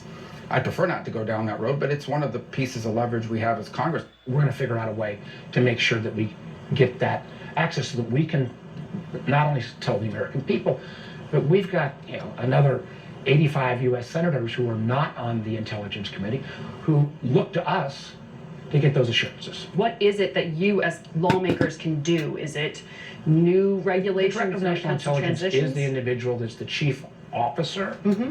for intelligence classification. I think, and there's been a number of other members of the Senate. Both parties have been working for years on the notion that we overclassify the number of things that we read in a skiff that somehow then appear in the newspaper. You know, begs the question. It's kind of been an issue that's been bubbling for a long time. Overclassification. I think this series of events pushes it to the forefront.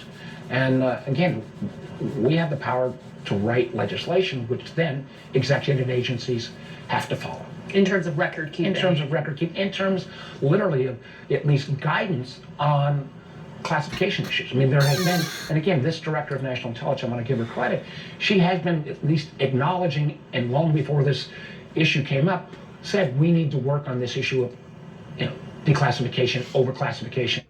If it does anything, it speaks volumes about the various people that we've had in these positions that have failed us in not properly taking care of secret, secure documents like they should. But my beef goes back beyond that, pertaining to the archives that obviously has been allowing for this to get by on various administrations again and again and again. And it was almost as if that we really didn't have no governing archive that was keeping all these other administrations at check. So, if the truth be known, part of it is the president that wound up with all these secret documents, but the other part is the fact that the House itself was letting it get by.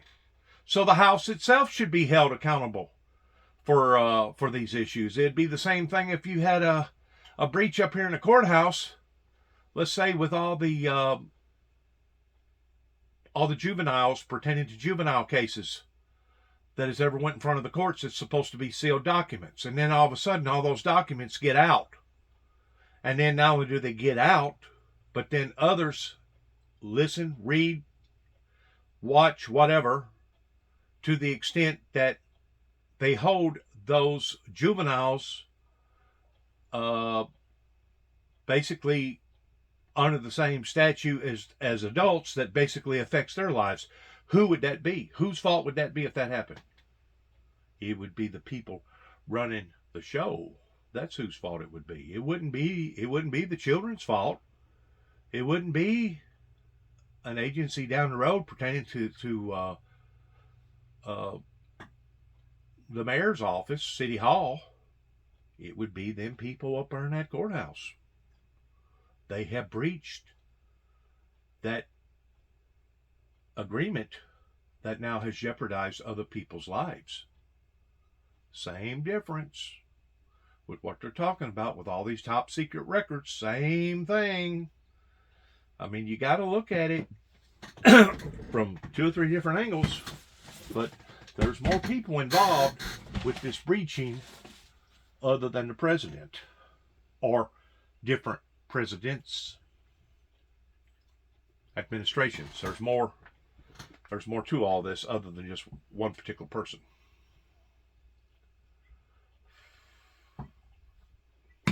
That's my point. It goes back to carelessness. It goes back to negligence. It goes back to recklessness. And that is one of the things that has put us where we are today, towards a nation now that is basically reeking up into or onto itself.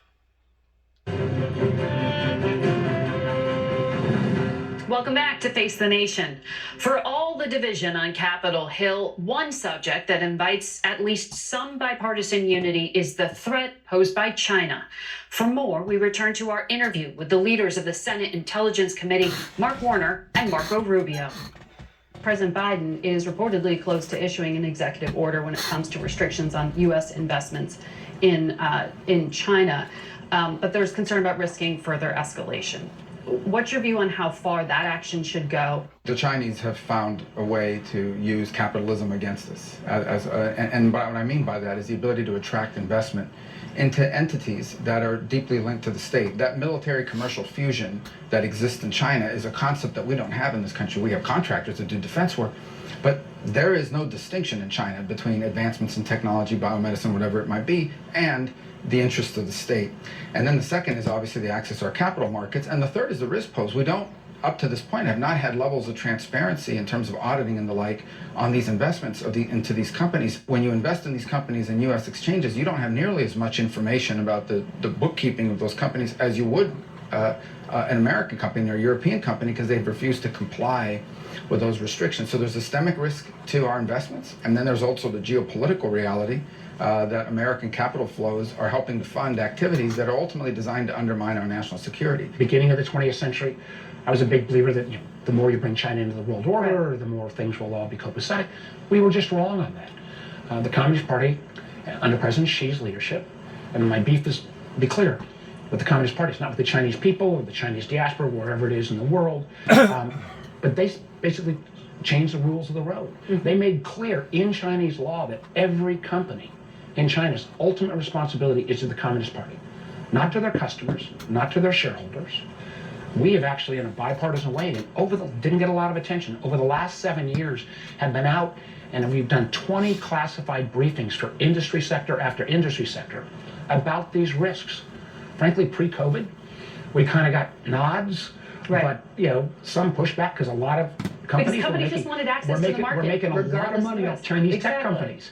Now, post-COVID, I think there is an awakening that this is a real challenge. And I think the good news is that not only is there awakening in America, but a lot of our allies around the world are seeing this threat as well. So you want restrictions on biotech, battery technology, semiconductors, artificial intelligence? I want to have an approach that says we need to look at foreign technology investments, foreign technology development, regardless of the country, if it poses a national security threat, and have some place that can evaluate this. We need a frame to systemically look at this.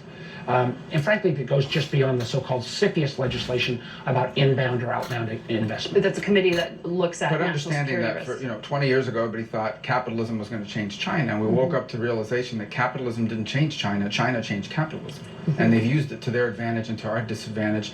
And not simply from an old Soviet perspective to take us on from a geopolitical or military perspective. They've done so from a technological and industrial perspective. And so you have seen the largest theft and transfer of intellectual property in the history of humanity occur over the last 15 years. And that's one reason why that to this day I refuse to get on TikTok. Now, I'm not saying that some of my material don't wind up on TikTok towards sending it out to the general public, but I'm just saying, by and large, I do not trust China. China is out for China. China has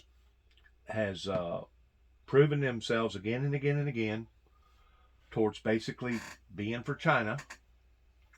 And whenever it comes to their motives and their morals, it's not even close in competition with what America has been doing with all these other countries for the past 10, 12, 15, 20 years towards basically being there for these countries whenever these countries need assistance. That part I don't have a beef with. Just like what we're doing right now with Ukraine, towards helping Ukraine in defending them, in defending their sovereignty pertaining to their own republic over there. I don't have a problem in that. What I have a problem in, and I think a lot of Americans have the same problem, is that if we can take care of all these other people, how come we can't take care of our own? How come we can't benefit by having equal labor divided issues that can be fair for not only the labor but fair for the business partner that's invested in those labors? How come this thing has gotten so unproportionally out of balance? I think we've been taken advantage of myself, and I think what has brought a lot of that into play was the internet. I think satellite and internet and social media platforms, and I think that smartphone technology has opened up a doorway that most American politicians was not expecting. Going back into the 80s, that has now put us where we are today, towards now we can't even breathe without somebody knowing about it. We can't even walk across the street and check our own mailbox without somebody identifying and talking about it. That's bad. That's really bad. Some of it is funded by American taxpayers. They have the best hacking ability program than any other nation. The intelligence community says they're the world leader in surveillance, in censorship. How restricted should their ability to access this market be? I think it is nearly impossible for any Chinese company to comply with both Chinese law and our expectations in this country. Chinese law is very clear. If you're a Chinese company and we ask you for your data, we ask you for your information, we ask you for what you have, we ask you to do something, you either do it or you won't be around. You want to ban Chinese companies from investing in America? Well, I think there's certain investments where there's no way we can protect the country from doing it. Again, we go back to TikTok. People say, who care about what some 16-year-olds are doing? I don't think the threat is that some 16-year-old likes these cool videos that are on there, which I admit are attractive, obviously because the artificial intelligence makes it so. It's the massive amount of data that they're collecting, not on one 16-year-old, not on 1,000 16-year-olds, but on millions and millions of Americans, that give them commercial advantages, potentially the advantage of being able to shape American public opinion in a time of crisis, that just give them an extraordinary insights that allow them to steer the conversation in this country in any direction they want. But this has been talked about for 3 years now. The Trump administration tried to ban it. The Biden administration still hasn't pulled the trigger. Maybe we were all a little bit slow to recognize the challenge here. You know, it is both a data collection entity. Now, it may not collect as much data as some of our American platforms, but it is very much, at the end of the day, still responsible to the Communist Party. But think about this market. 138 million users in America use TikTok on a regular basis, average about 90 minutes a day.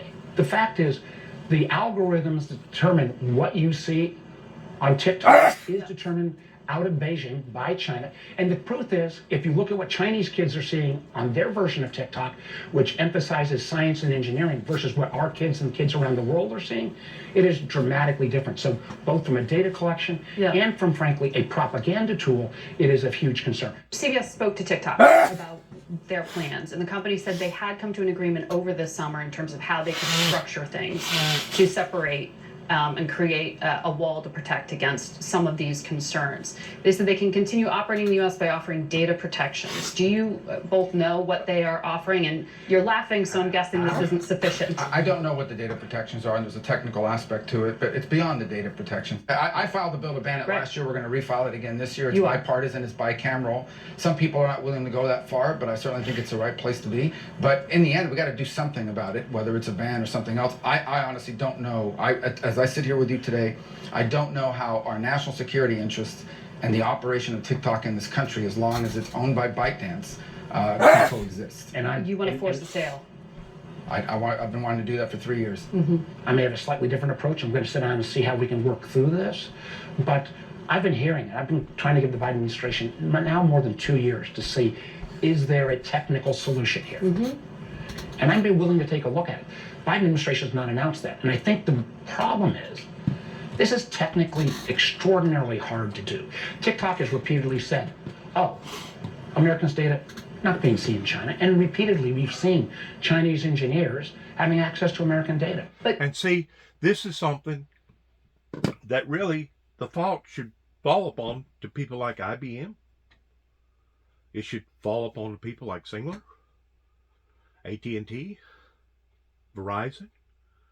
All these people that have stepped into play, Google, all of them, that has now jeopardized people's privacy, not only on a big, massive scale, but in lots of cases, independently. I mean, we just had a breach a couple of weeks ago, 2 or 3 weeks ago, pertaining to T-Mobile. T-Mobile was breached. They say that people didn't get people's social security numbers, but how do we know that for a fact? Whenever you have 30 million people that just got breached,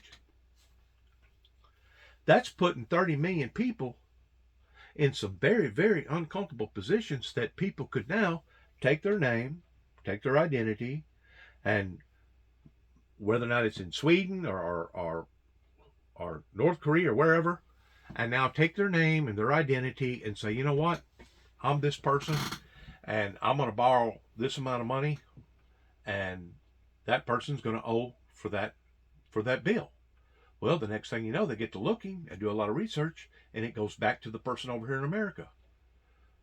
Come to find out, that person in America never made that investment, never made that type of business decision. So now they're left holding the bag. So you can't tell me that in lots of ways, by opening up our doors, by allowing for this to come into our laps, pertaining to artificial intelligence, pertaining to satellite and internet and smartphone technology and all the above, that this has not backfired in and on ourselves. Why? Because we did not put enough safety precautions in place to prevent from not only people like T-Mobile being hacked, but now people being held hostage in some of these cities and some of these companies that if they don't produce this amount of money, they wind up having to suffer. Now, FBI just the other day impenetrated some group of people out west, I think it was in California, that had tried to do this, that they captured them, and I give the FBI 2 thumbs up because of what that they done. They was finally on top of their game to the point that they must have had enough eyes and ears on the situation that they captured them in the act, and now they're going to be held accountable. This should be routine towards how that our agencies take care of us, rather than allow for the 30 million people to be breached. Even though it's T-Mobile, even though it's something small, it could turn into something very, very vital, very, very big. Especially if you wind up, having to lose your farm or your business over it. I mean, that can be a big, big deal. It may not start out as a big, big deal, but whenever people sell people's information to other countries, what do you think they're doing that for? What do you think they're doing that for? They're doing that for their own benefits, just like China. China is not working on a global market scale towards wanting to benefit the global society. China wants to benefit itself. But in the meantime, China don't want to go by the data pertaining to how that we're destroying our greenhouse, our upper atmosphere, pertaining to all the pollution and the poisons that's going up into the upper atmosphere that's causing these reeking, horrible events pertaining to the horrors of Mother Nature. China don't want to abide by any type of EPA. They're still burning just as many coal, burning plants over there towards melting plastics down and all the above as much today as what there was 25 years ago or more. On average, I don't know, it may have changed since COVID has hit, but on average, China produces 2 millionaires a day. 2 people in China before today's end will be millionaires because they have made investments at the right time with the right people at the right place. Can America say that? Can America say that there's 2 million people becoming millionaires every day because of business investments? Can America say that?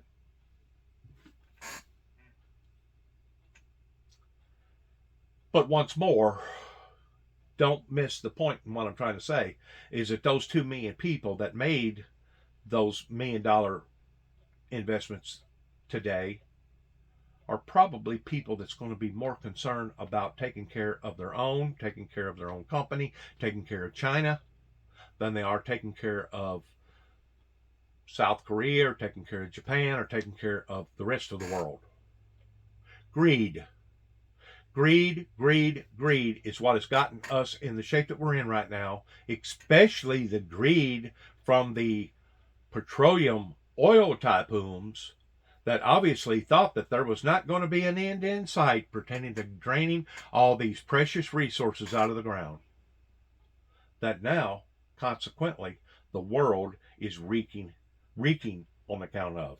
But it's already been downloaded 200 million times. How do you convince a 16-year-old to delete the app and get rid of the phone? I mean, isn't this very hard to put the toothpaste back in the tube? Absolutely. But this is one of the reasons why I think Congress has been horribly unsuccessful at this. I've been saying for years, and we may not fully agree on this, but I think we've had some old heads elected again and again and again, and the people has been so blinded over here in America because they didn't recognize what was actually occurring, that now these stagnated politicians that's been in there that done well in the early 90s pertaining to making decisions for we the people, that now all this has come up into their laps and they really don't know how to deal with it.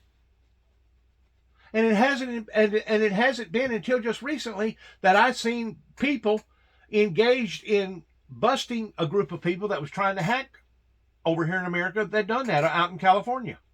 What's more, you're going to have to replace these people and get young, developed minds in there, those that know how to go into the system, computer system, and knows how to go through the back doors, the front doors, and knows how to put up firewalls and guards to not allow for us to be ravaged again and again and again by these basically smart crooks.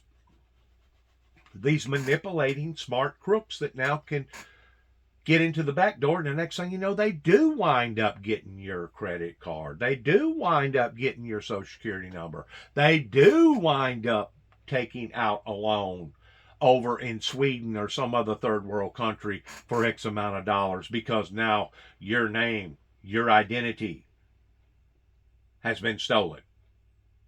Has been stolen and sold, and possibly stolen and sold, maybe, who knows, a dozen times. And now somebody's actually using your identity. I wish to God that somebody would take my identity over because of the way that I've been persecuted by my own people. Dennis, James, Juby Jackson, if somebody gets a hold of this material, please feel privileged to be me.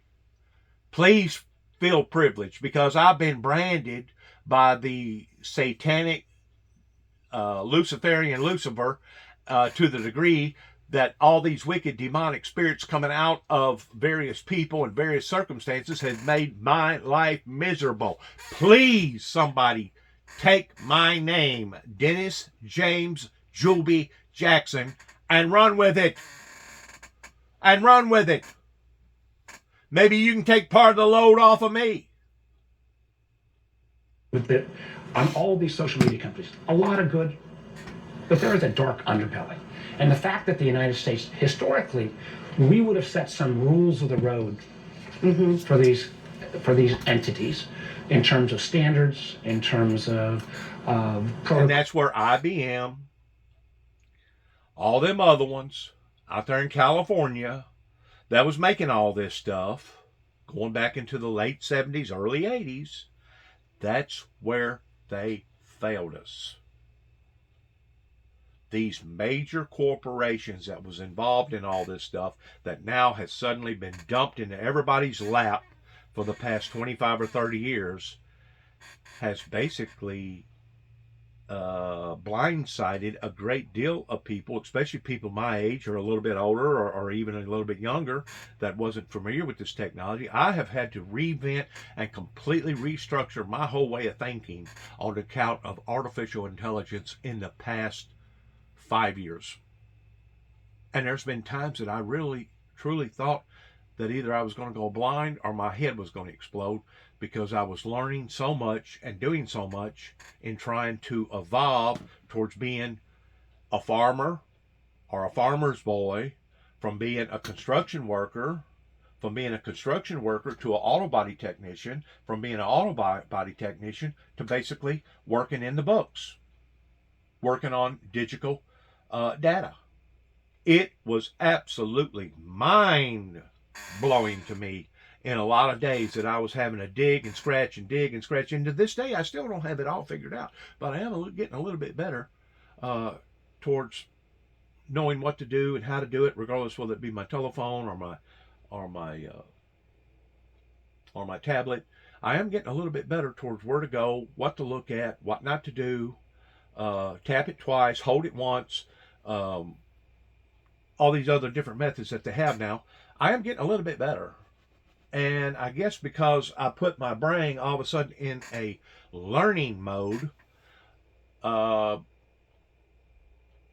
it basically keeps me from just lounging around and not doing nothing, rather than just laying in bed and just continue to become obese and obese. There for a while, I was in a state of depression after my brother died in 2017, there for about 2 or 3 years, up until my son helped me out.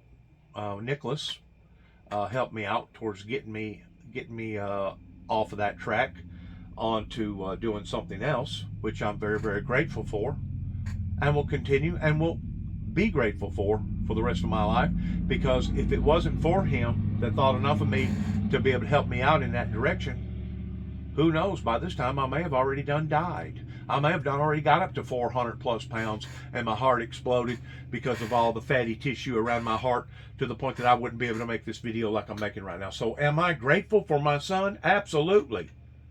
Am I proud of the decisions that he's made in the past pertaining to his career? Absolutely. But how come I'm being punished for it? I guess it's because I'm so open about my history. And I told him, I warned him ahead of time. I said, son, I'm fixing to come out with the open pertaining to my story, and I'm going to expose all my records. And he looked at me, he said, all? I said, yeah, all. And I don't know if he understood that he was part of that or not, but he is. And I can't deny the fact of the things that has occurred in the past. Now, does that mean the things that has occurred in the past is going to continue to occur? I don't know. I'm beginning to wonder that, whenever he decided to put a wedge in between me and him in 2005, after Miss Jackson decided to walk out of my life there for about 20 years, me not knowing his family, me not knowing how his family was doing, me not knowing how his family was being raised, regardless whether they was down in Memphis or over in Colorado, that's like half of my life now pertaining to my son that I actually had no acquaintance with other than calling him from time to time and saying, "Hey, Dad, how you doing?" Da-da-da-da-da-da. And hanging up the phone, and that'd be the end of it. So, with today's society like it is, with all the technology, you would think that we would be able to tap in towards at least being able to communicate with one another, even if we didn't agree with one another. But according to him, I have violated his trust for the very last time. Hang up the phone, don't have nothing to do with Dad again for the next 25 years. Now, what kind of loving son would do that to his father? Especially if the things that I was saying was in fact true. I'm not going to lie to the public about anything that has went on in my life. And that doesn't matter if it's my first wife, second wife, Diane Beasley, who used to be a Beasley. Her father's name was Fred Beasley. She's got a brother by the name of Tony Beasley. Or if it was my third or fourth wife pertaining to Shirley K. used to be Breesley. Let me try to get the name right, because I haven't discussed it in so long.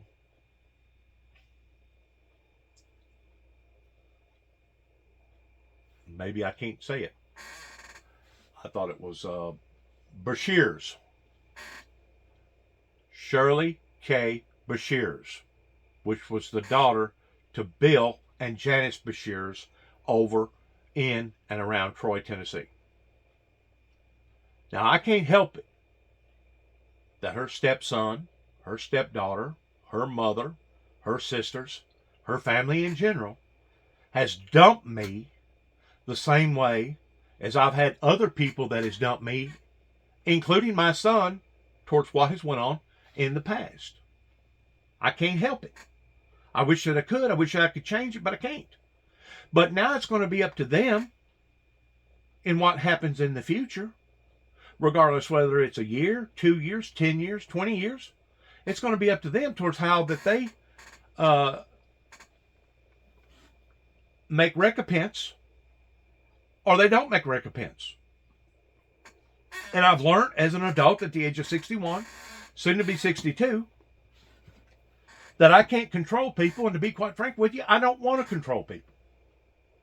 I don't want to control how people feel about me. I don't want to control how people like me or how people are attracted to me, because of the blessings that I believe that God has bestowed up into my life to help others with. If they don't want to appreciate those things, that's fine. I don't have a problem in that. But don't come up against me to the point of making war against me, in which my son has not done that. And neither has Shirley, neither has any of my other ex-wives that I know of. They haven't just, literally taken me to court or come out here with their new husbands or boyfriends or whatever and try to work me over.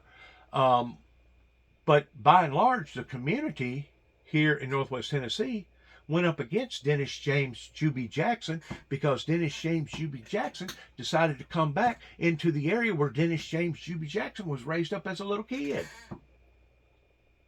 At about the age of 7. Since 1967 here in Northwest Tennessee. They decided that they wasn't just going to ignore me. They decided that they was going to attack me, hunt me down, and basically make my life miserable. Why the courts in Weakley County, Dresden, Tennessee, sat back and let it occur. Now, you don't think that that's broken my heart? Especially having roots here as deep as what I do, going all the way back to the early 1800s, whenever my people first migrated from over in North Carolina and come over the Tennessee mountain ridge and wound up over here just about the time that Davy Crockett did. You don't think that affects me and hurts my heart? Sure it does. But at the same time, I cannot stop progress, and I cannot stop that in which what God has laid up into my life and up into my heart for me to do, either for myself or to the ministry, or for the ministry, or for the people. Now, once more, I'm just a one-man pony show. That's what I've been now for the past 30 plus years. And I've had to take my message, rather than taking it to the front door through the front door of the churches. I've had to take it through the back door, but you know what? I got it in there. I got this message out there. Did it cost me? You daggum right it did. It costed me dearly. And it's still costing me to this day. And if you don't believe me, all you got to do is look at my x-ray records every morning that I wake up and I walk across the floor. You don't think that I'm reminded of that? Towards all these old injuries on my ankles, broken bones, having all these close encounters of death? Sure I am. I'm reminded every day of that. I'm reminded every day pertaining from a social standpoint of not having those commitments, those good, sound, spiritual brother and sister commitments in the Lord through the churches by them turning their backs on me the way that they have. Much less how that, regardless whether it was wife number 1 versus wife number 2 versus wife number 3 and 4, which basically was the same setup, have stabbed me in the back. And whenever you add insult to injury pertaining to the way that my family has turned their backs on me, yes, it hurts. It hurts deeply. It hurts severely. Especially as I sit and I watch my country dissolve and I watch these people's lives be destroyed because of the corruption and the wickedness and the demonic activity that is now infiltrated my very own neighborhood where I live right here, less than a half a mile from where I live, that I never would have thought growing up as a young child that I would have had to have dealt with. But I'm having to deal with it. Why? Because society in general basically turned on the godliness of the righteousness of God, and it was more glamorous towards them to live an ungodly life than it was a godly life. And because of it, we're seeing our country regurgitate itself up onto itself because of these affairs. Do you think that that makes me happy? No. It breaks my heart. It breaks my heart towards how that my own patriotic duties as serving as a subservient for my country has done this to me. Calls in terms of appropriate behavior, in terms of questions like even like basic privacy.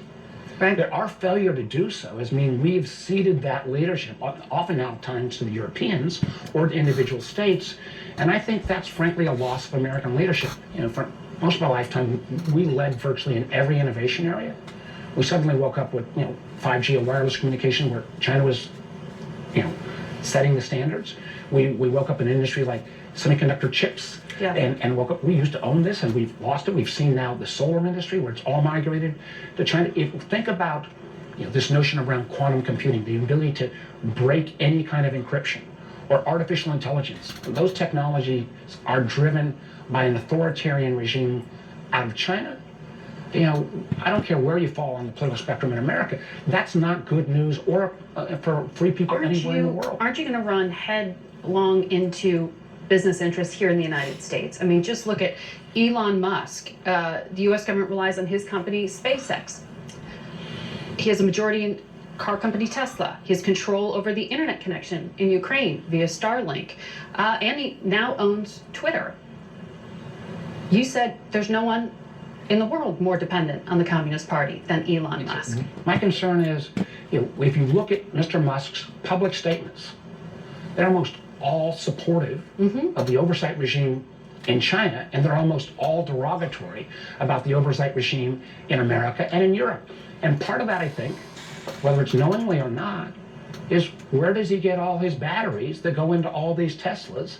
They are, built in China, mostly, frankly, with a lot of Uyghur labor, and Senator Rubio has been the leader on trying to make sure that the Chinese Communist Party's treatment of the Uyghur people is prohibited. And, I've yet to hear from Mr. Musk how that kind of contradiction about comments about the CCP in China and what he's dealing with Uyghur labor, how that's not going to influence some of his decisions. Let's go. And I got another question. After they create all these $3,000 to $5,000 batteries that goes in all these automobiles, what are we going to do with all this hazard material? Are we going to throw it in a dump?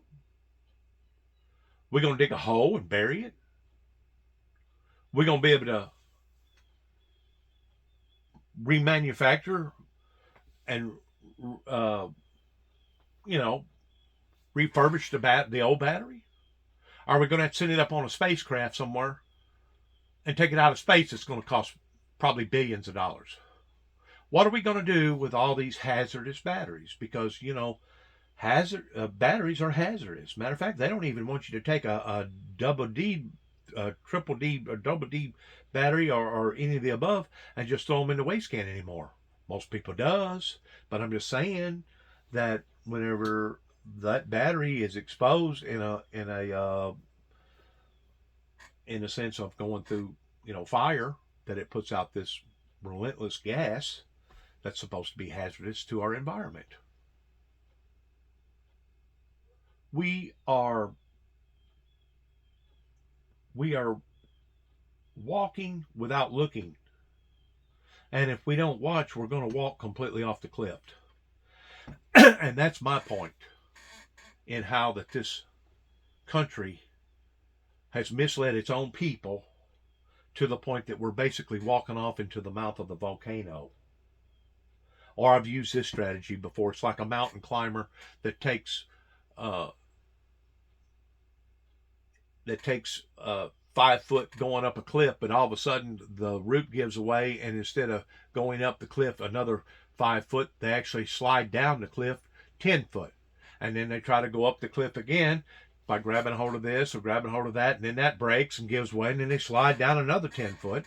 And it's like society in general is taking 1 step forward and 2 steps back. And my question is, what is it going to be like once we do finally hit rock bottom?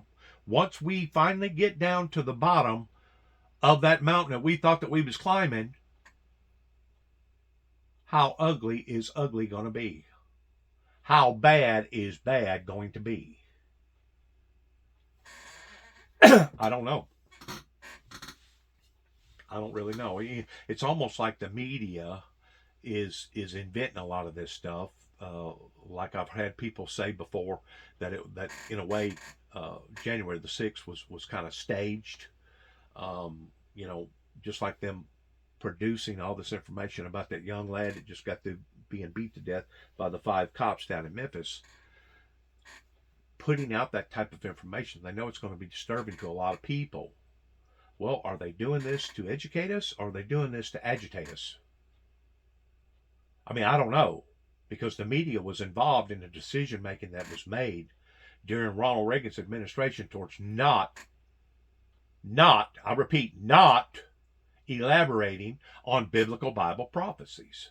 And obviously there was a whole group of people, not just 1 or 2, but several thousand, that was involved in trying to dismiss, destroy, eradicate the founder of the Windmill Ministries missions that has devoted now so much time, so much energy, so much money in trying to get his message out to the general public that even to this day, I still cannot rally the people. So maybe we have reached that pivotal point to where we are a damned society. A doomed, damned society, to the degree that whenever God finally made his decision to Noah, after Noah finished nailing that last plank, it's like, okay, Noah, I'm going to drive all these animals into your ark. Get your family in there, because I'm fixing to bring down the big whammy up onto society. Once God makes that decision, you can't reverse the decision after the decision has been made. That's a very crucial area that we're in right now towards God making that decision towards actually throwing the world off into great tribulation. Because whenever it talks about how that he will gather together his elect from the 4 corners of the earth and he will come back in flaming fire, that's not something to be nonchalant about. That's something very, very serious. That's the same thing as saying the Russian government is going to suddenly, all of a sudden, release over 15,000 of its nuclear warheads at the same time up onto society. And could you only imagine how devastating that would be if they was to do that? Because there would be a retaliation immediately in the part of doing that, to the point that your 15,000 now would turn into probably, 60,000, because there would be a complete annihilation of the Kremlin over there pertaining to Russia, and probably other various countries, as well as other spots in other countries, as well as this country. There would be spots in this country that would be annihilated. And I'm pretty sure it would be aimed mostly at the bigger cities. But what would be the aftermath after that? Radiation. A winter. People dying of starvation. Cannibalism. Is that what you want to see? Is that what we want to experience as human beings? Is that what we want to bring up into our children and our children's lives?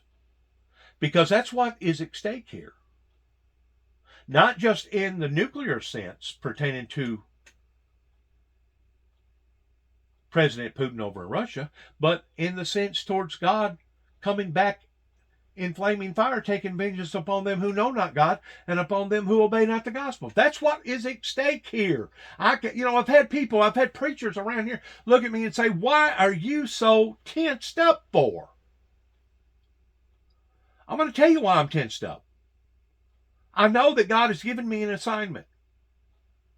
And if I fail in that assignment, what was that movie that come out? Something about the guy that was going to kill himself, and there towards the last, It's a Wonderful Christmas or something like that. It's supposed to be one of the most historical movies ever made pertaining to a holiday movie. And there towards the last, every time a bell rings, an angel gets its wings or something like that. Well, that particular angel that was dealing with that particular actor at that time in the movie was given an assignment. And if that angel failed in that assignment, that angel was no longer going to be eligible for that particular reward. I kind of feel like that same angel, that God has given me an assignment. And if I fail in my assignment, that means all the suffering, all the sacrificing, all the pain, all the broken bones, all the sacrificing towards me losing all my friends and family members are all going to be in vain. Now you may be saying, "Well, you got lack of faith, Dennis." Do I? After being beat up on, after being used as a floor mat, after being used as a whipping post all my life, is it really the fact that I do not have the faith? Or is it the fact that these supernatural evil entities has grown and become so powerful now that I know that I don't stand a snowball chance in hell towards getting back out there and going up against them by myself? And the reason why is because I'm 60, soon to be 62 years old. I've never gained the support from church society here in the Western world. And the more that I make videos, the more it seems like that I'm just talking in outer space. I just must be going outside and preaching to a tree.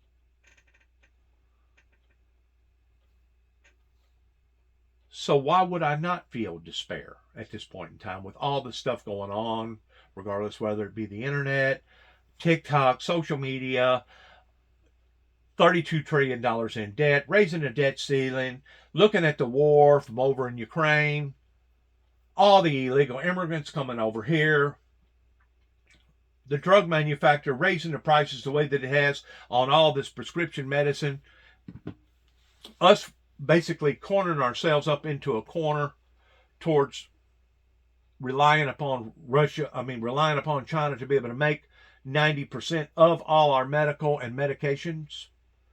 looking at all the drug overdoses, looking at all the drugs, the fentanyl and everything else coming over to America, looking at all the gun violence, looking at all the suicide, why would I not be in a state of despair? Because that's exactly what Jesus Christ was in whenever he went up into the mountain and he looked down upon to the city or the town, the community, and said to the Heavenly Father, I'm guessing that he was talking to God at that time, but in paraphrasing, saying, Jerusalem, Jerusalem, I've gathered thee together as a hen would gather her chicks, and ye would not listen.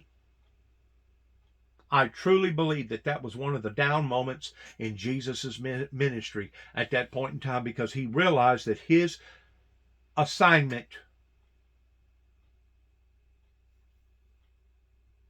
was basically going to fail, and that he was not going to be able to modify, move, or using the terminology towards rallying the people in a proper godly form. A matter of fact, shortly after that, the people actually done just the very opposite towards actually going up against him, trying to ruin him. And there towards the last, they did ruin him, physically speaking. They killed him.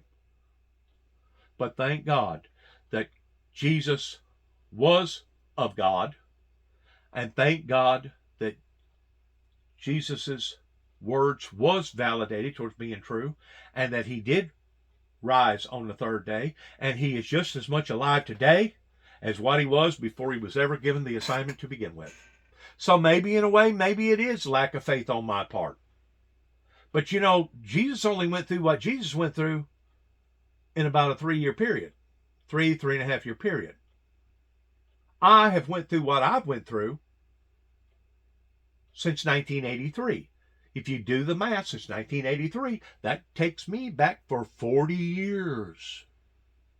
Not 3 years, but 40 years. And you may be saying, well, my God, haven't you learned your lesson yet? Give up. Why don't you curse God and die? Just like what Job's wife told Job. Give up. And then I look at some of the other prophets of God in the Bible, such as Noah, Moses, Jacob, Isaiah. And I realize, you know what? This isn't no new play. Those men and women, Ruth and all the rest of them, including Mary, they sacrificed what they sacrificed for their Heavenly Father, because they was given a passion. They was given an assignment. They had a dream, a desire, kind of like Martin Luther King. And for me today to throw the towel in, I wouldn't just be throwing the towel in towards surrendering or giving up, but I would be throwing the towel in towards now 40 years of endless pain, suffering, pertaining to this message that God has given to me to give to others, pertaining to end-time biblical Bible prophecies. And I have made my mind up, the same as Job, and I guess this is the part where I'm being punished by my son about, I don't know, that I've made my mind up, though worms may devour my body, I am not going to curse my God and die. And if people can't understand that and appreciate that and admire that towards the fight that's still left within me, well then, you never was a supporter of the founder of the Windmill Ministries to begin with. And your words have been in vain, pertaining to you saying that you wanted peace, and all along you didn't want peace, you wanted chaos. You wanted complete, total chaos. And that's where we are in the year 2023, towards looking at all these problems that basically we don't have no solutions to. Isn't that something to write home to your children and your children's children and their children to write home to their children about? I mean, business interests have invested both in access to the Chinese market, but also in the means of production, and it's allowed them, in many cases, historically, to be deputized. That includes the finance and investment world, to come to Washington and argue for things that are against the national interest, but in favor of their short and midterm profit line for their investors, for their company. Senator Rubio, as a conservative, you have to feel a little bit uncomfortable with talking about government intervention in private industry. But that has been the U.S. solution in some ways to the semiconductor issues you were raising, this subsidy to try to bring chip making back to America. Well, I would argue this. I don't believe in government intervention in the private sector, but I do believe in government intervention in our national security. These are subsidies. Capitalism is going to give you the most efficient outcome. But sometimes, what do you do when the most efficient outcome is not in our national interest? Because it's more efficient to buy rare earth minerals from the Chinese. It's more efficient to have things built over there in many cases. But is it in our national interest to depend on them for 80-something% of the active ingredients in our pharmaceuticals? I could argue it was not. And in those instances where the market efficient outcome is not in our national interest. I'm sorry, I thought it was 90. He's saying it's 80-something. But still, that's a very, very high percentage of our medical industry over here in the Western world to depend upon a foreign substance or a foreign entity for them to provide for the needs of the weak, the depleted, the sick, and the unfortunate. And that can fall just as quickly and as easily in the laps of the wealthy as it does the laps of the poor. To me, that whole agenda was handled very, very reckless, the same as we're seeing other things being handled very, very recklessly, especially with our computer internet software systems. Not in our national interest. It is my opinion that we default to the national interest, because without our national interest and our national security, the other things won't matter. We are not a market, we're a nation, and the market exists. Let's back up a little bit. Let's get all that. I want to hear this. Stop. Right there. Stop. Straight. But that has been the U.S. solution in some ways to the semiconductor issues you were raising, this subsidy to try to bring chip making back to America. Well, I would argue this. I don't believe in government intervention in the private sector, but I do believe in government intervention in our national security. These are subsidies. Capitalism is going to give you the most efficient outcome. But sometimes, what do you do when the most efficient outcome is not in our national interest? Because it's more efficient to buy rare earth minerals from the Chinese. It's more efficient to have things built over there in many cases. But is it in our national interest to depend on them for 80-something% of the active ingredients in our pharmaceuticals? I could argue it was not. And in those instances where the market efficient outcome is not in our national interest, it is my opinion that we default to the national interest, because without our national interest and our national security, the other things won't matter. We are not a market, we're a nation.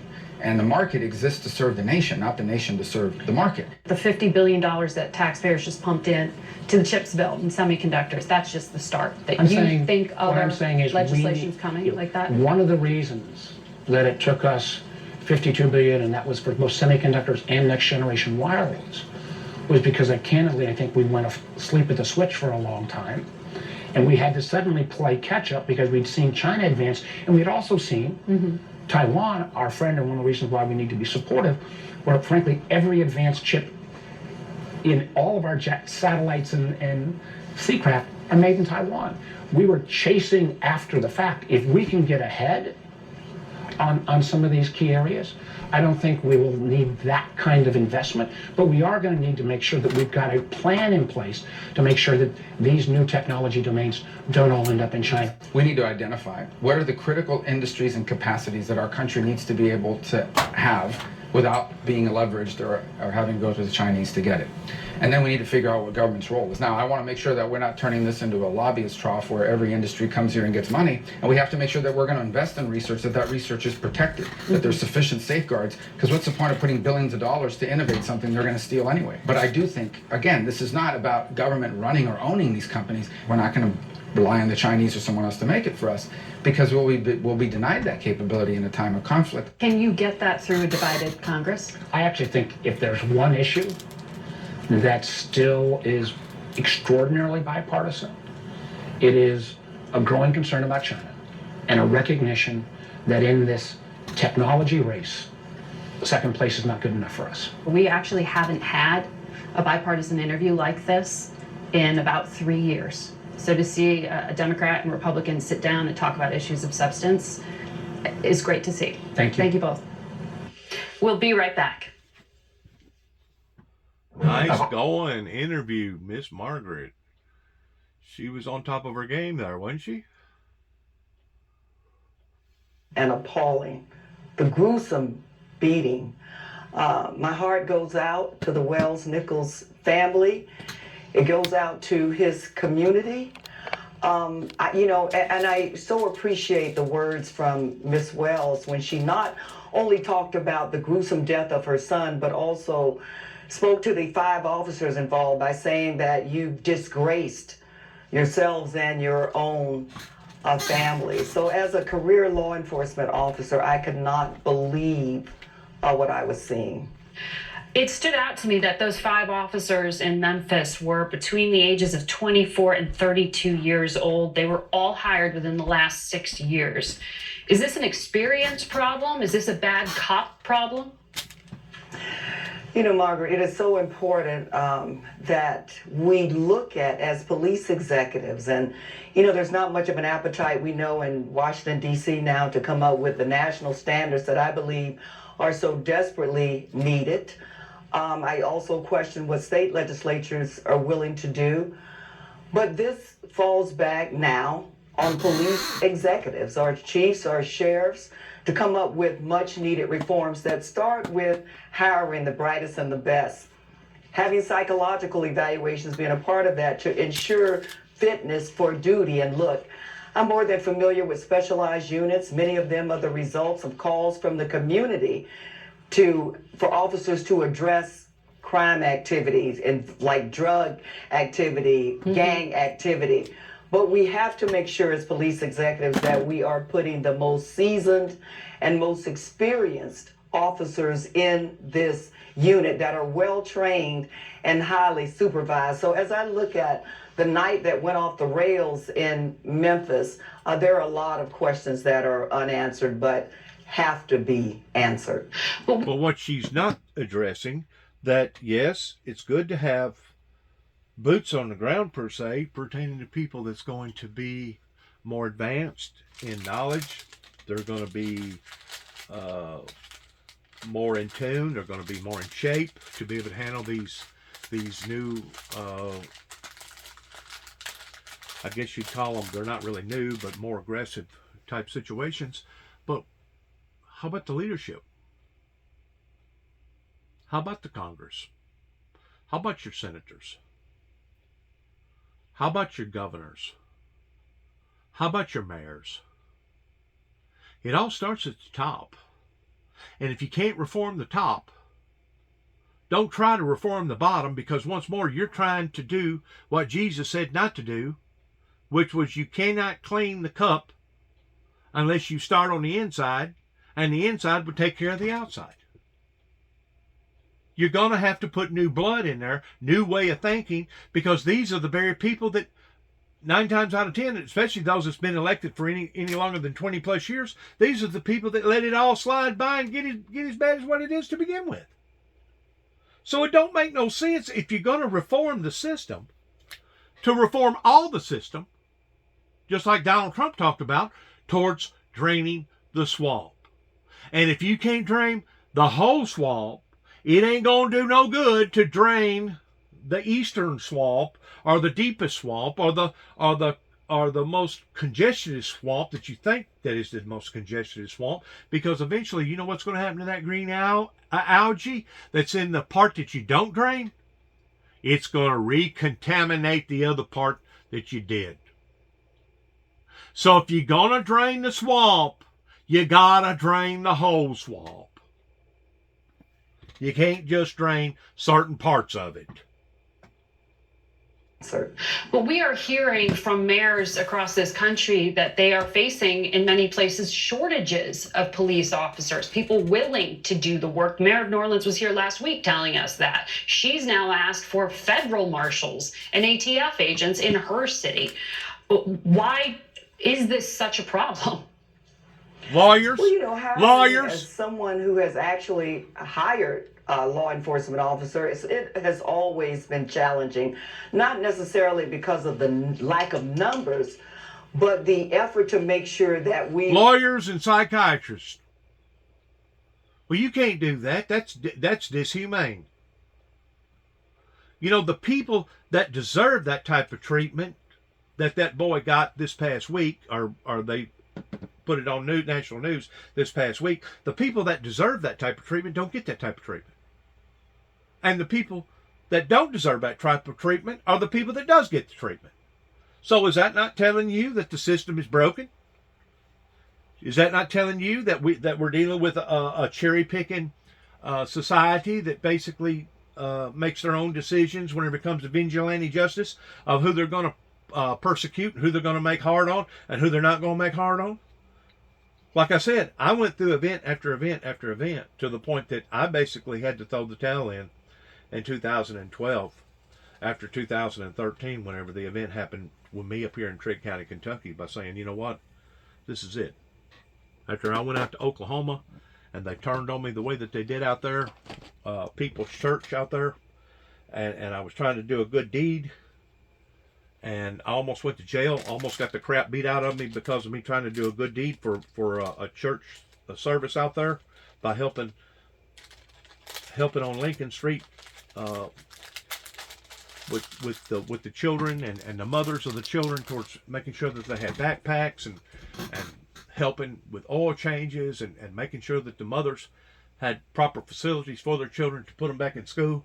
Whenever all that backfired on me in 2013, I knew then my life as I know it, as I did know it, previously did know it, was over with. A matter of fact, I went out to Santa Fe, New Mexico, and stayed up there for about 3.5 months until the snow started falling, and actually contemplated at one time, whenever I first got out there, towards committing suicide, taking my own life.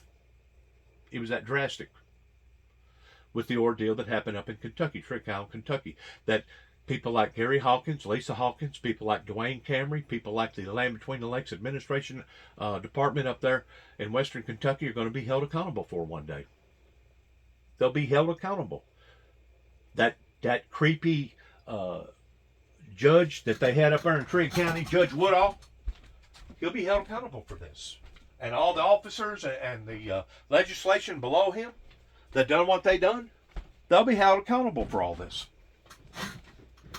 And now, it's backfired on them to where now their own citizens is wreaking what those people basically created. They created this monster. And because the monster has been created, now we're all wreaking the consequences of. And if society can't see that or understand that, it's only because they're either blinded or they're part of the broken system to begin with, and they're not willing to conform. Like I said, if you're going to drain the swamp, you got to drain the whole swamp, because if you only drain part of the swamp, the rest of the algae and the green corrupt stuff that's on in the rest of the swamp will eventually inundate that in which what you've drained, and the next thing you know, it'll be just as dirty as what the rest of it was that you didn't drain. So you got to drain the whole thing, from the top to the bottom, to one side to the other. Which leads me to the next question, and I think I brought this up before. If we're going to replace the system because the system is so broke, is the system that we create going to be better than the old system? That's where we stand. Not just in the form of genetics, not just in the form of clean air, not just in the form of battery, solar, different types of energy sources other than petroleum oil, crude oil, but in all the above. All the above. And it's got to begin with the heart. And it's got to begin with the mind. And it's got to be within, just as Jesus taught.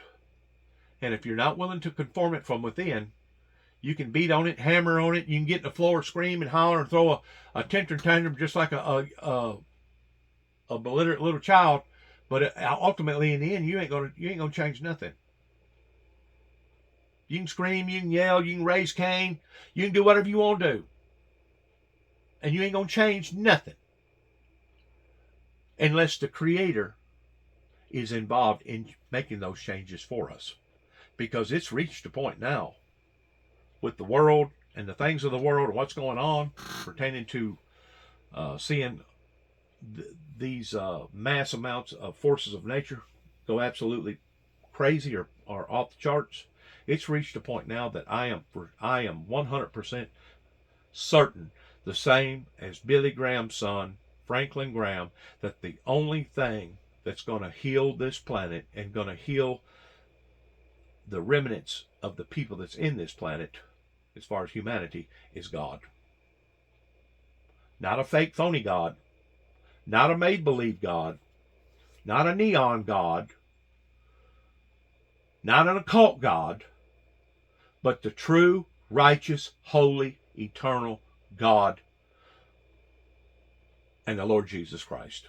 And if we're not willing to make that commitment, you can just pretty much throw the rest of it down the drain. There'll be a few of us that may survive. There may be a few of us that may do a little bit better. But if we don't see a revival that's reviving us in bringing this awakening to society that should have happened 30 plus years ago, should have happened, but didn't, because there was too much of a movement towards wanting to stop it. Well, now we're at that pivotal point to where if the movement does not happen, guess what's going to happen to the rest of it? There you go. Being thrown off into great tribulation or possibly engaging in nuclear warfare. And either or, I promise you, either or is going to be devastating to the inhabitants here upon to the planet. Either or. Devastating. You are hiring people who have the right temperament to be able to do the job. I can remember in a year having 40,000 people who wanted to be Orlando police officers, and we ended up hiring maybe 20 of that 40,000, trying to take every effort, every step to make sure that we hire the best person to do the job. And so hiring has always been challenging, but we also, again, police executives have to be creative, not just wait for people to knock on that door, but to go out into various communities, visiting college campuses, making sure that police departments do continue to reflect the diversity of the communities that they serve. This is a time that we have to use new and creative approaches to making sure that we're bringing in the right men and women. It really starts with hiring, making sure that we are bringing in the right men and women to do the job. How would you judge the performance of the Memphis police chief, who has said this unit, the Scorpion unit, did good work? You know, I know C.J. Davis. She is a professional law enforcement officer. She worked as a deputy chief in Atlanta, the chief of Durham. She is now, of course, the chief in Memphis. And I think that she has handled this very tragic incident as well as she could. We all have commented on the swift action with the firing them, working very closely with the DA to bring those charges forward in a very expeditious manner. She's also been very transparent with the community, and boy, do we need to see more of that. She was also the president of the National Organization of Black Law Enforcement Executives. She is very well trained, and I do believe, while this is one of the toughest moments in our country, that she is the right leader to lead us through this very tough time. Well, I wonder, because I was reading a piece in New York Magazine entitled "The End of Police Reform," and it pointed out, and in Memphis, adaptations had been made since 2020 in terms of mandating de-escalation, banning chokeholds. There were body cameras. That wasn't a deterrent here. The police force is 60% black, it reported, with a black police chief. Even with these adjustments, this horrific situation happened. So when you hear calls for police reform, what is the piece of reform you think that makes the difference? Or is it just recruitment? Margaret, we have made calls for police reform, especially since the brutal death of George Floyd. Now, let me say this. I was in Congress during the time voted for the George Floyd Justice and Policing Act, which, no, we all know it was not perfect. But my goodness, I sure believe it was a major step in the right direction. And I think that too many police executives think that any criticism of the police or any efforts to reform or modify hiring standards, modify training standards, make sure they have the technology that they need to better be able to do the job, calling for national databases and better enforcement. Too many people see that as we're not supporting the police. Well, I see it as exactly that. Supporting the police, giving them the tools that they need to do the job, but also to hold them accountable. And so, yeah, it's not just hiring, but it doggone sure starts with hiring. When they're in training, making sure that we have the right field training officers who we know set the standard for what's acceptable and unacceptable on the street. Looking at internally at policies and modifying those use of force policies. Yes, the body cameras. Think about if we did not have this footage, but this situation was so off the rails and so outside of the box. There's a lot of work that needs to be done. And I hear your passion there. Thank you for sharing your analysis with us. We'll be back in a moment. Morning news matters because it sets the tone for your day and it's a way of getting you started. We're going to uplift you. I personally believe that not the police officers themselves, but the agencies needs to have some sort of any device. Trust. Kind of like malpractice insurance that the doctors and the hospitals have got to have.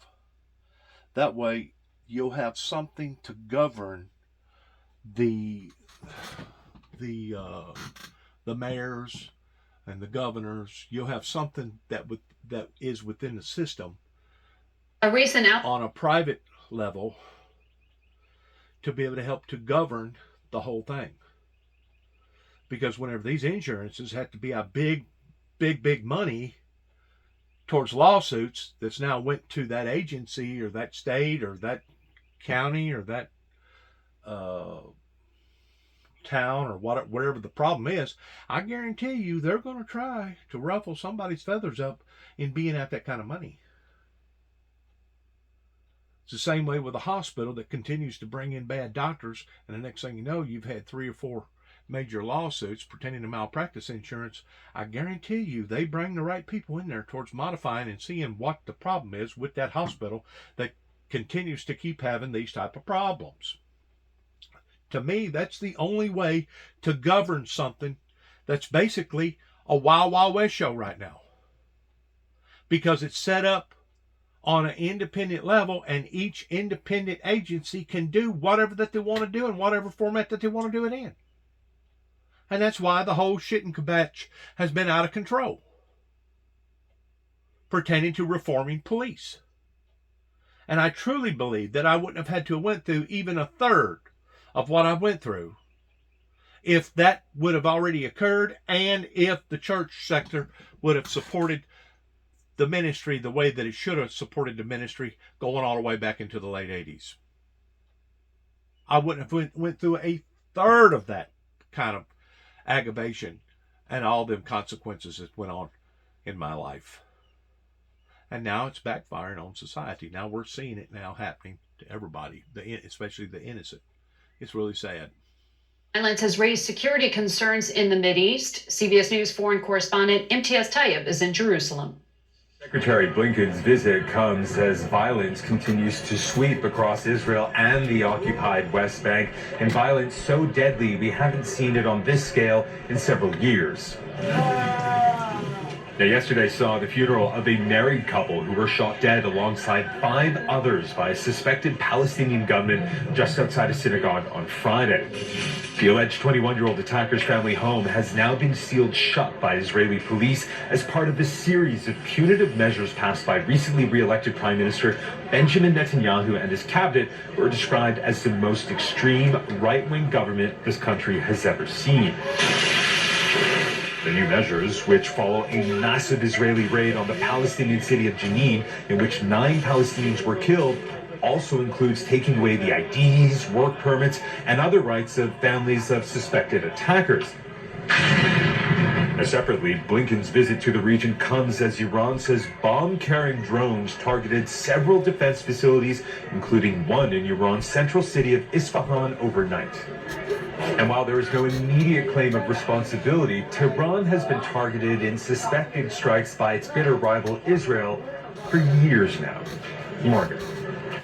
We'll be right back.